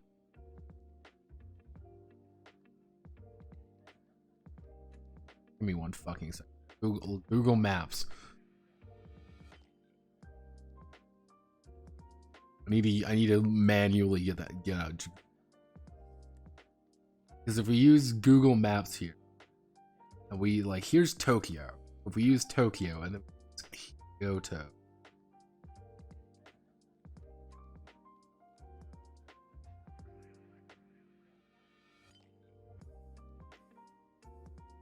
So yeah, if we use this as Kyoto, it's either in Kyoto, but it says Tokyo. So technically, but like, thing is, like, technically both of these are capital. Technically the imperial capital is in Kyoto, and I think technically, like, the seat of government is in Tokyo. So I mean, if we, yeah, I think it's saying this. I think it's this. I think it's saying, like, this is the imperial I think it's saying this is the imperial palace. We're at the imperial fucking palace in Tokyo because this is where the Kudan residence would be. This is where it is. This is where everything is based out of. We're in Tokyo. Okay, everybody, we did it. We fucking learned we're in goddamn Tokyo. Fuck.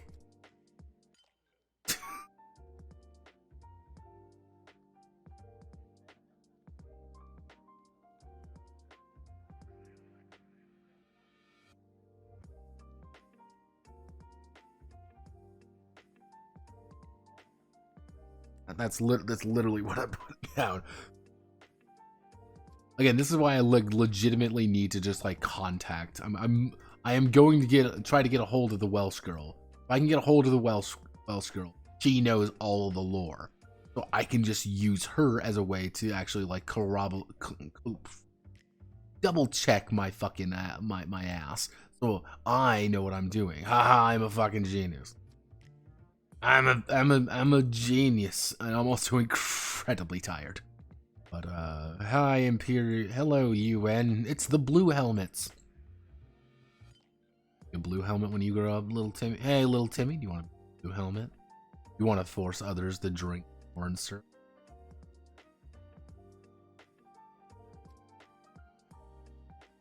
I don't want corn syrup. I want to fight for the JSDF. Hoorah, baby. I want to, according to them, I get to fuck elves at the end. Fuck yeah, let's do it. Ooh.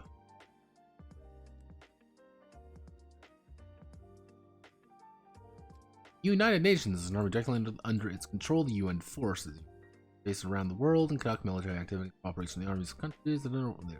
And soldiers are organized by volunteers from around the world and assigned to each country. Weapons are contributed by the country where they're located. In the case of Japan, the 11th Pacific Air Base is located in Hama. Hama Base is the name of the Japanese. So quite literally, the UN shows up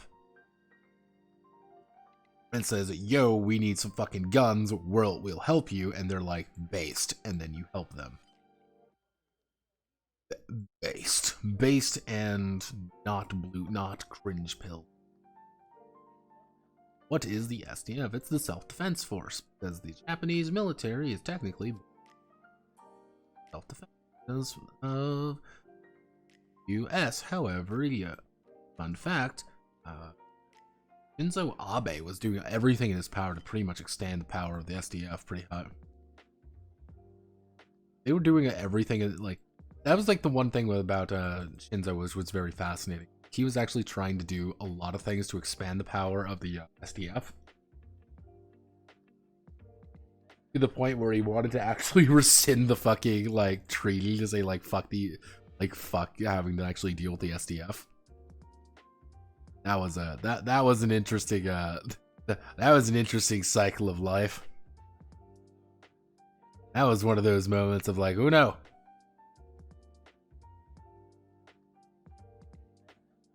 Mr. Abe, you can't be this based.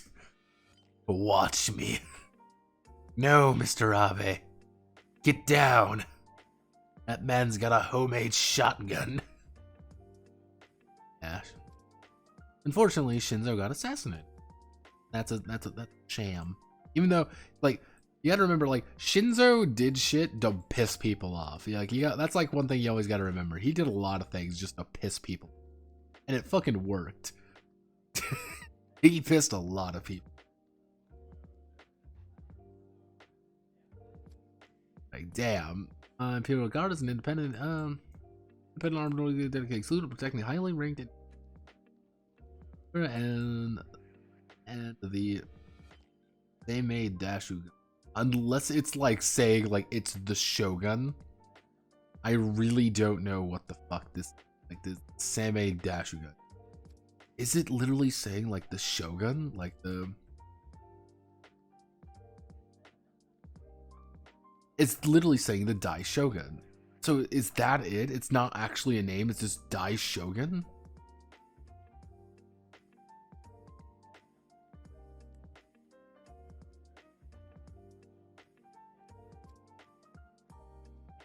It never happens because the fucking... I mean, Seme. Abe no Seme, which is literally like a big fucking... big dude. He's a very important person, by the way.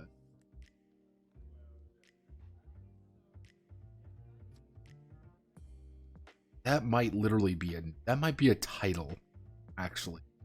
This might be a title. If it was a title, I don't know what it would mean, though. That's the thing. I don't know if that's a title or not. It's completely independent of the Imperial Army and a different jurisdiction and composed a small elite group of members. They come from venerable families, take the lead in protecting their subjects. However, many have the impression that they are stuck up and nasty, noble, and do not get along with others. I love fucking terms.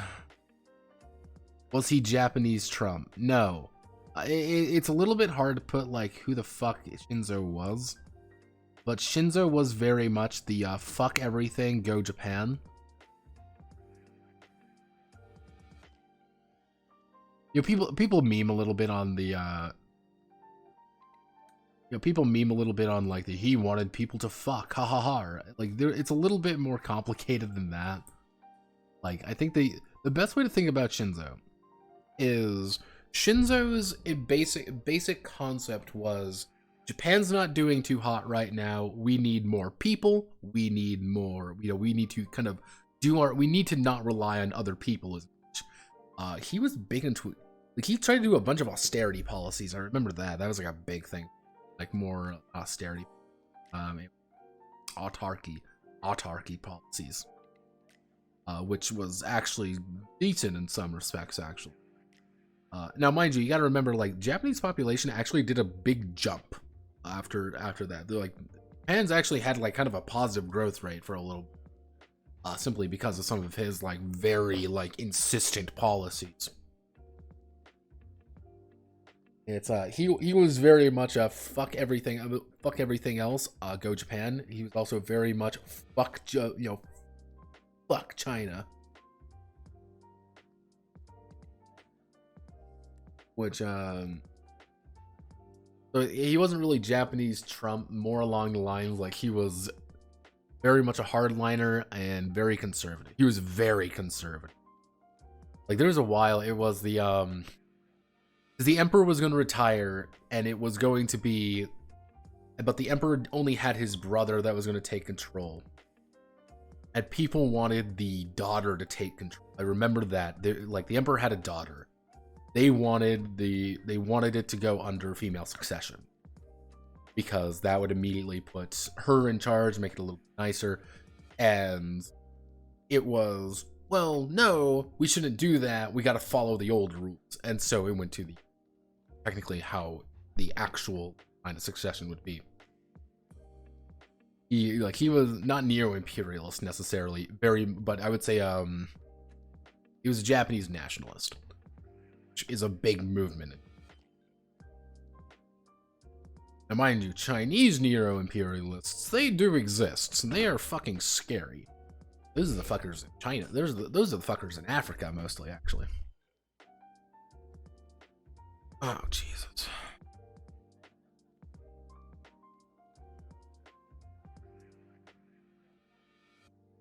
Actually, if we use this...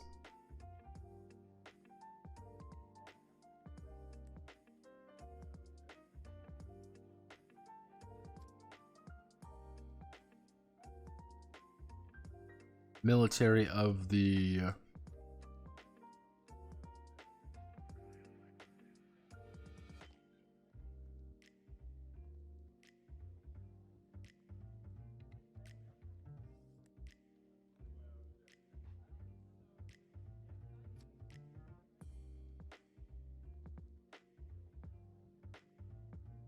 Hello, Dystopia of Utopia. We are translating Muv-Luv currently, and losing my mind because it keeps wanting, like, it would be Imperial Army, right? Military of the Imperial Guard. Okay. So this would be, it would be the... Thank you for following. I'm AutoQueen. I had to make a new account. Many such cases. Let's see. The military of the Imperial Guards also uses special tactical aircraft. Not tactical aircraft. They uses special I'm very tired right now. I'm dying a little on the inside. Just gotta double check what's going on. We need to... Fighter uses special tactical surface fighters. These tactical surface fighters are color-coded according to the rank of the occupants, which makes ranks of the crown, starting with purple for the highest rank. Save. And there it is again, because I think it's a fucking term. There are blue, the red, white. My God, it's a Code Geass reference. We all love Code Geass. We all love. My friend's recently been getting back into Code Geass, and he doesn't shut up about it. It's like, awesome. Yeah, that's cool. How tall? Like, yes, I've seen Code Geass, my friend. You can stop telling me about Code Geass now.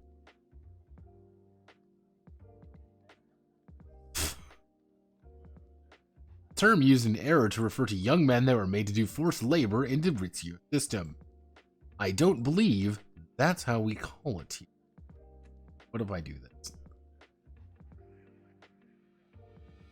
Ishe guardsmen, like, this is what happens sometimes, where doesn't quite understand what you want to do. This is the correct terms, but it's popping up as this.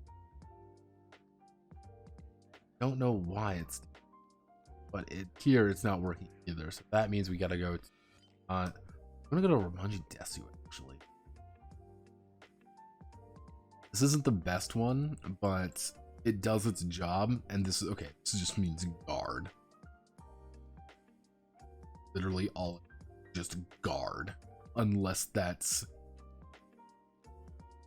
something wrong with it.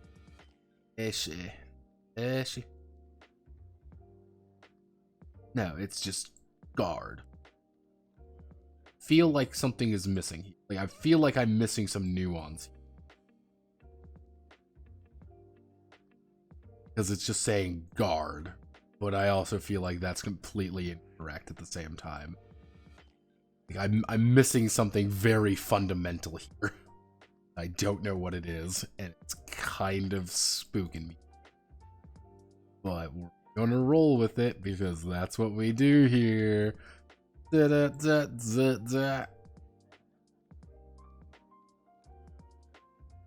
da. Sweet.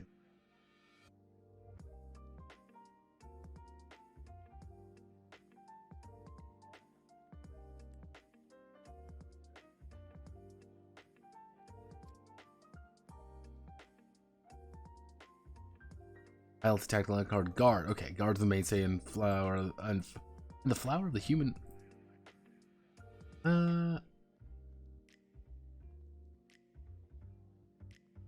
Pilots of yes. They're just referred to as guard. I'm going to put guards. Pilots of pilots of tactical surface fighters. Fighters are called guards. The guards are the mainstay and flower of the human forces, but they die easily. The average survival time of a guard in the first battle is 8 minutes, which is commonly referred to as the 8 minutes of death. Showing how tough the battle again.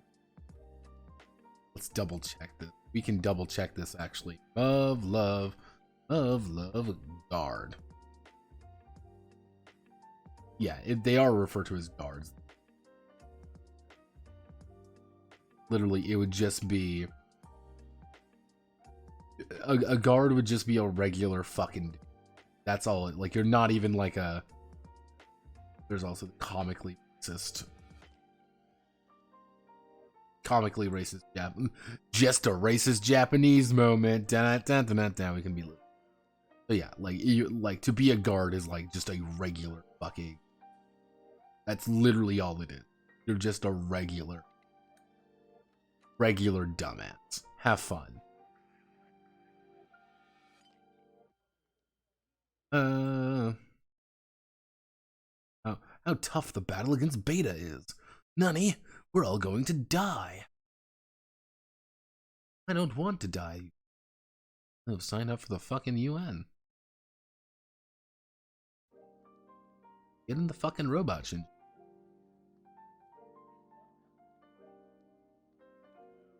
Get in the fucking robot.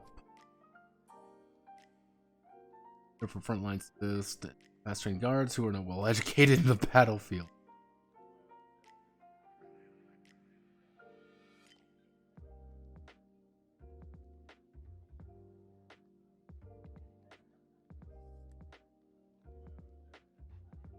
Yeah, let me guess. This is a fairly major plot point of, yeah, we have to literally use school children as disposable human fodder because there's no other option. We don't have an we are fucked. Yeah, you know, the 8 minutes, you know, almost never make it past the 8 minute death. 8 minute death in the long run. This is a waste of human resources, but the frontline states can no longer. 2001, Japan's empire is also the frontline state. Has not escaped from the negative spiral, being forced to use and discard human lives. Come on.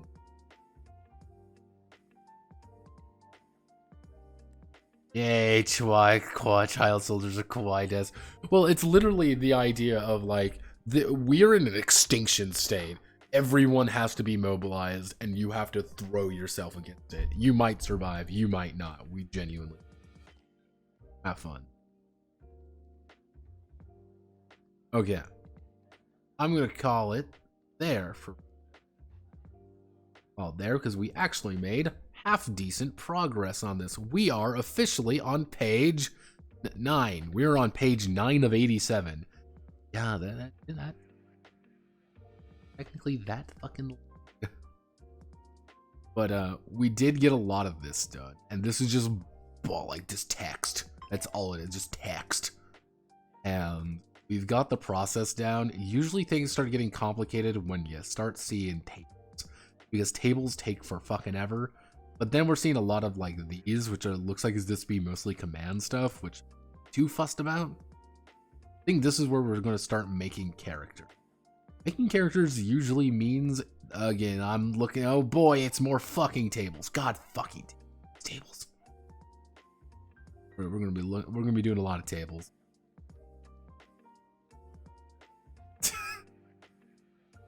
Yeah, no, I'm feeling pretty good. As you can kind of see, you will be mobilized. You will fucking die. Have fun, everybody. So I'm gonna call it there for today. So thank you all for watching. Ooh, child soldier belly inches. Oh. Thank you all for watching. My name is No Panda Anon. We had a fun time. We're going to be tomorrow is most likely going to be another preliminary stream for Catboys of Thule, because that project is going to be a bitch. Not hard, just a lot of little work has to go into it. I need to sit down and just like hammer out the details. that means on Thursday we're going to do the detox of Void Haunters. We're also going to be doing second stream of this. That's my goal, is to kind of like hammer this out. I'm going to try to get this done by the end of, but my goal for this is the end of December. So giving myself about a month and a half to kind of do this. And if we make about 3-4 pages a day, we probably won't hit it, but kind of depends on what it is. This might take a little bit longer. This might take a little bit shorter. I don't really know. So after that, yeah, we're looking pretty good. It's just a lot of that needs to be done. So thank you all for watching. Godspeed. Good luck. Hope you have a wonderful rest of your time. I am going to now disappear. Good night.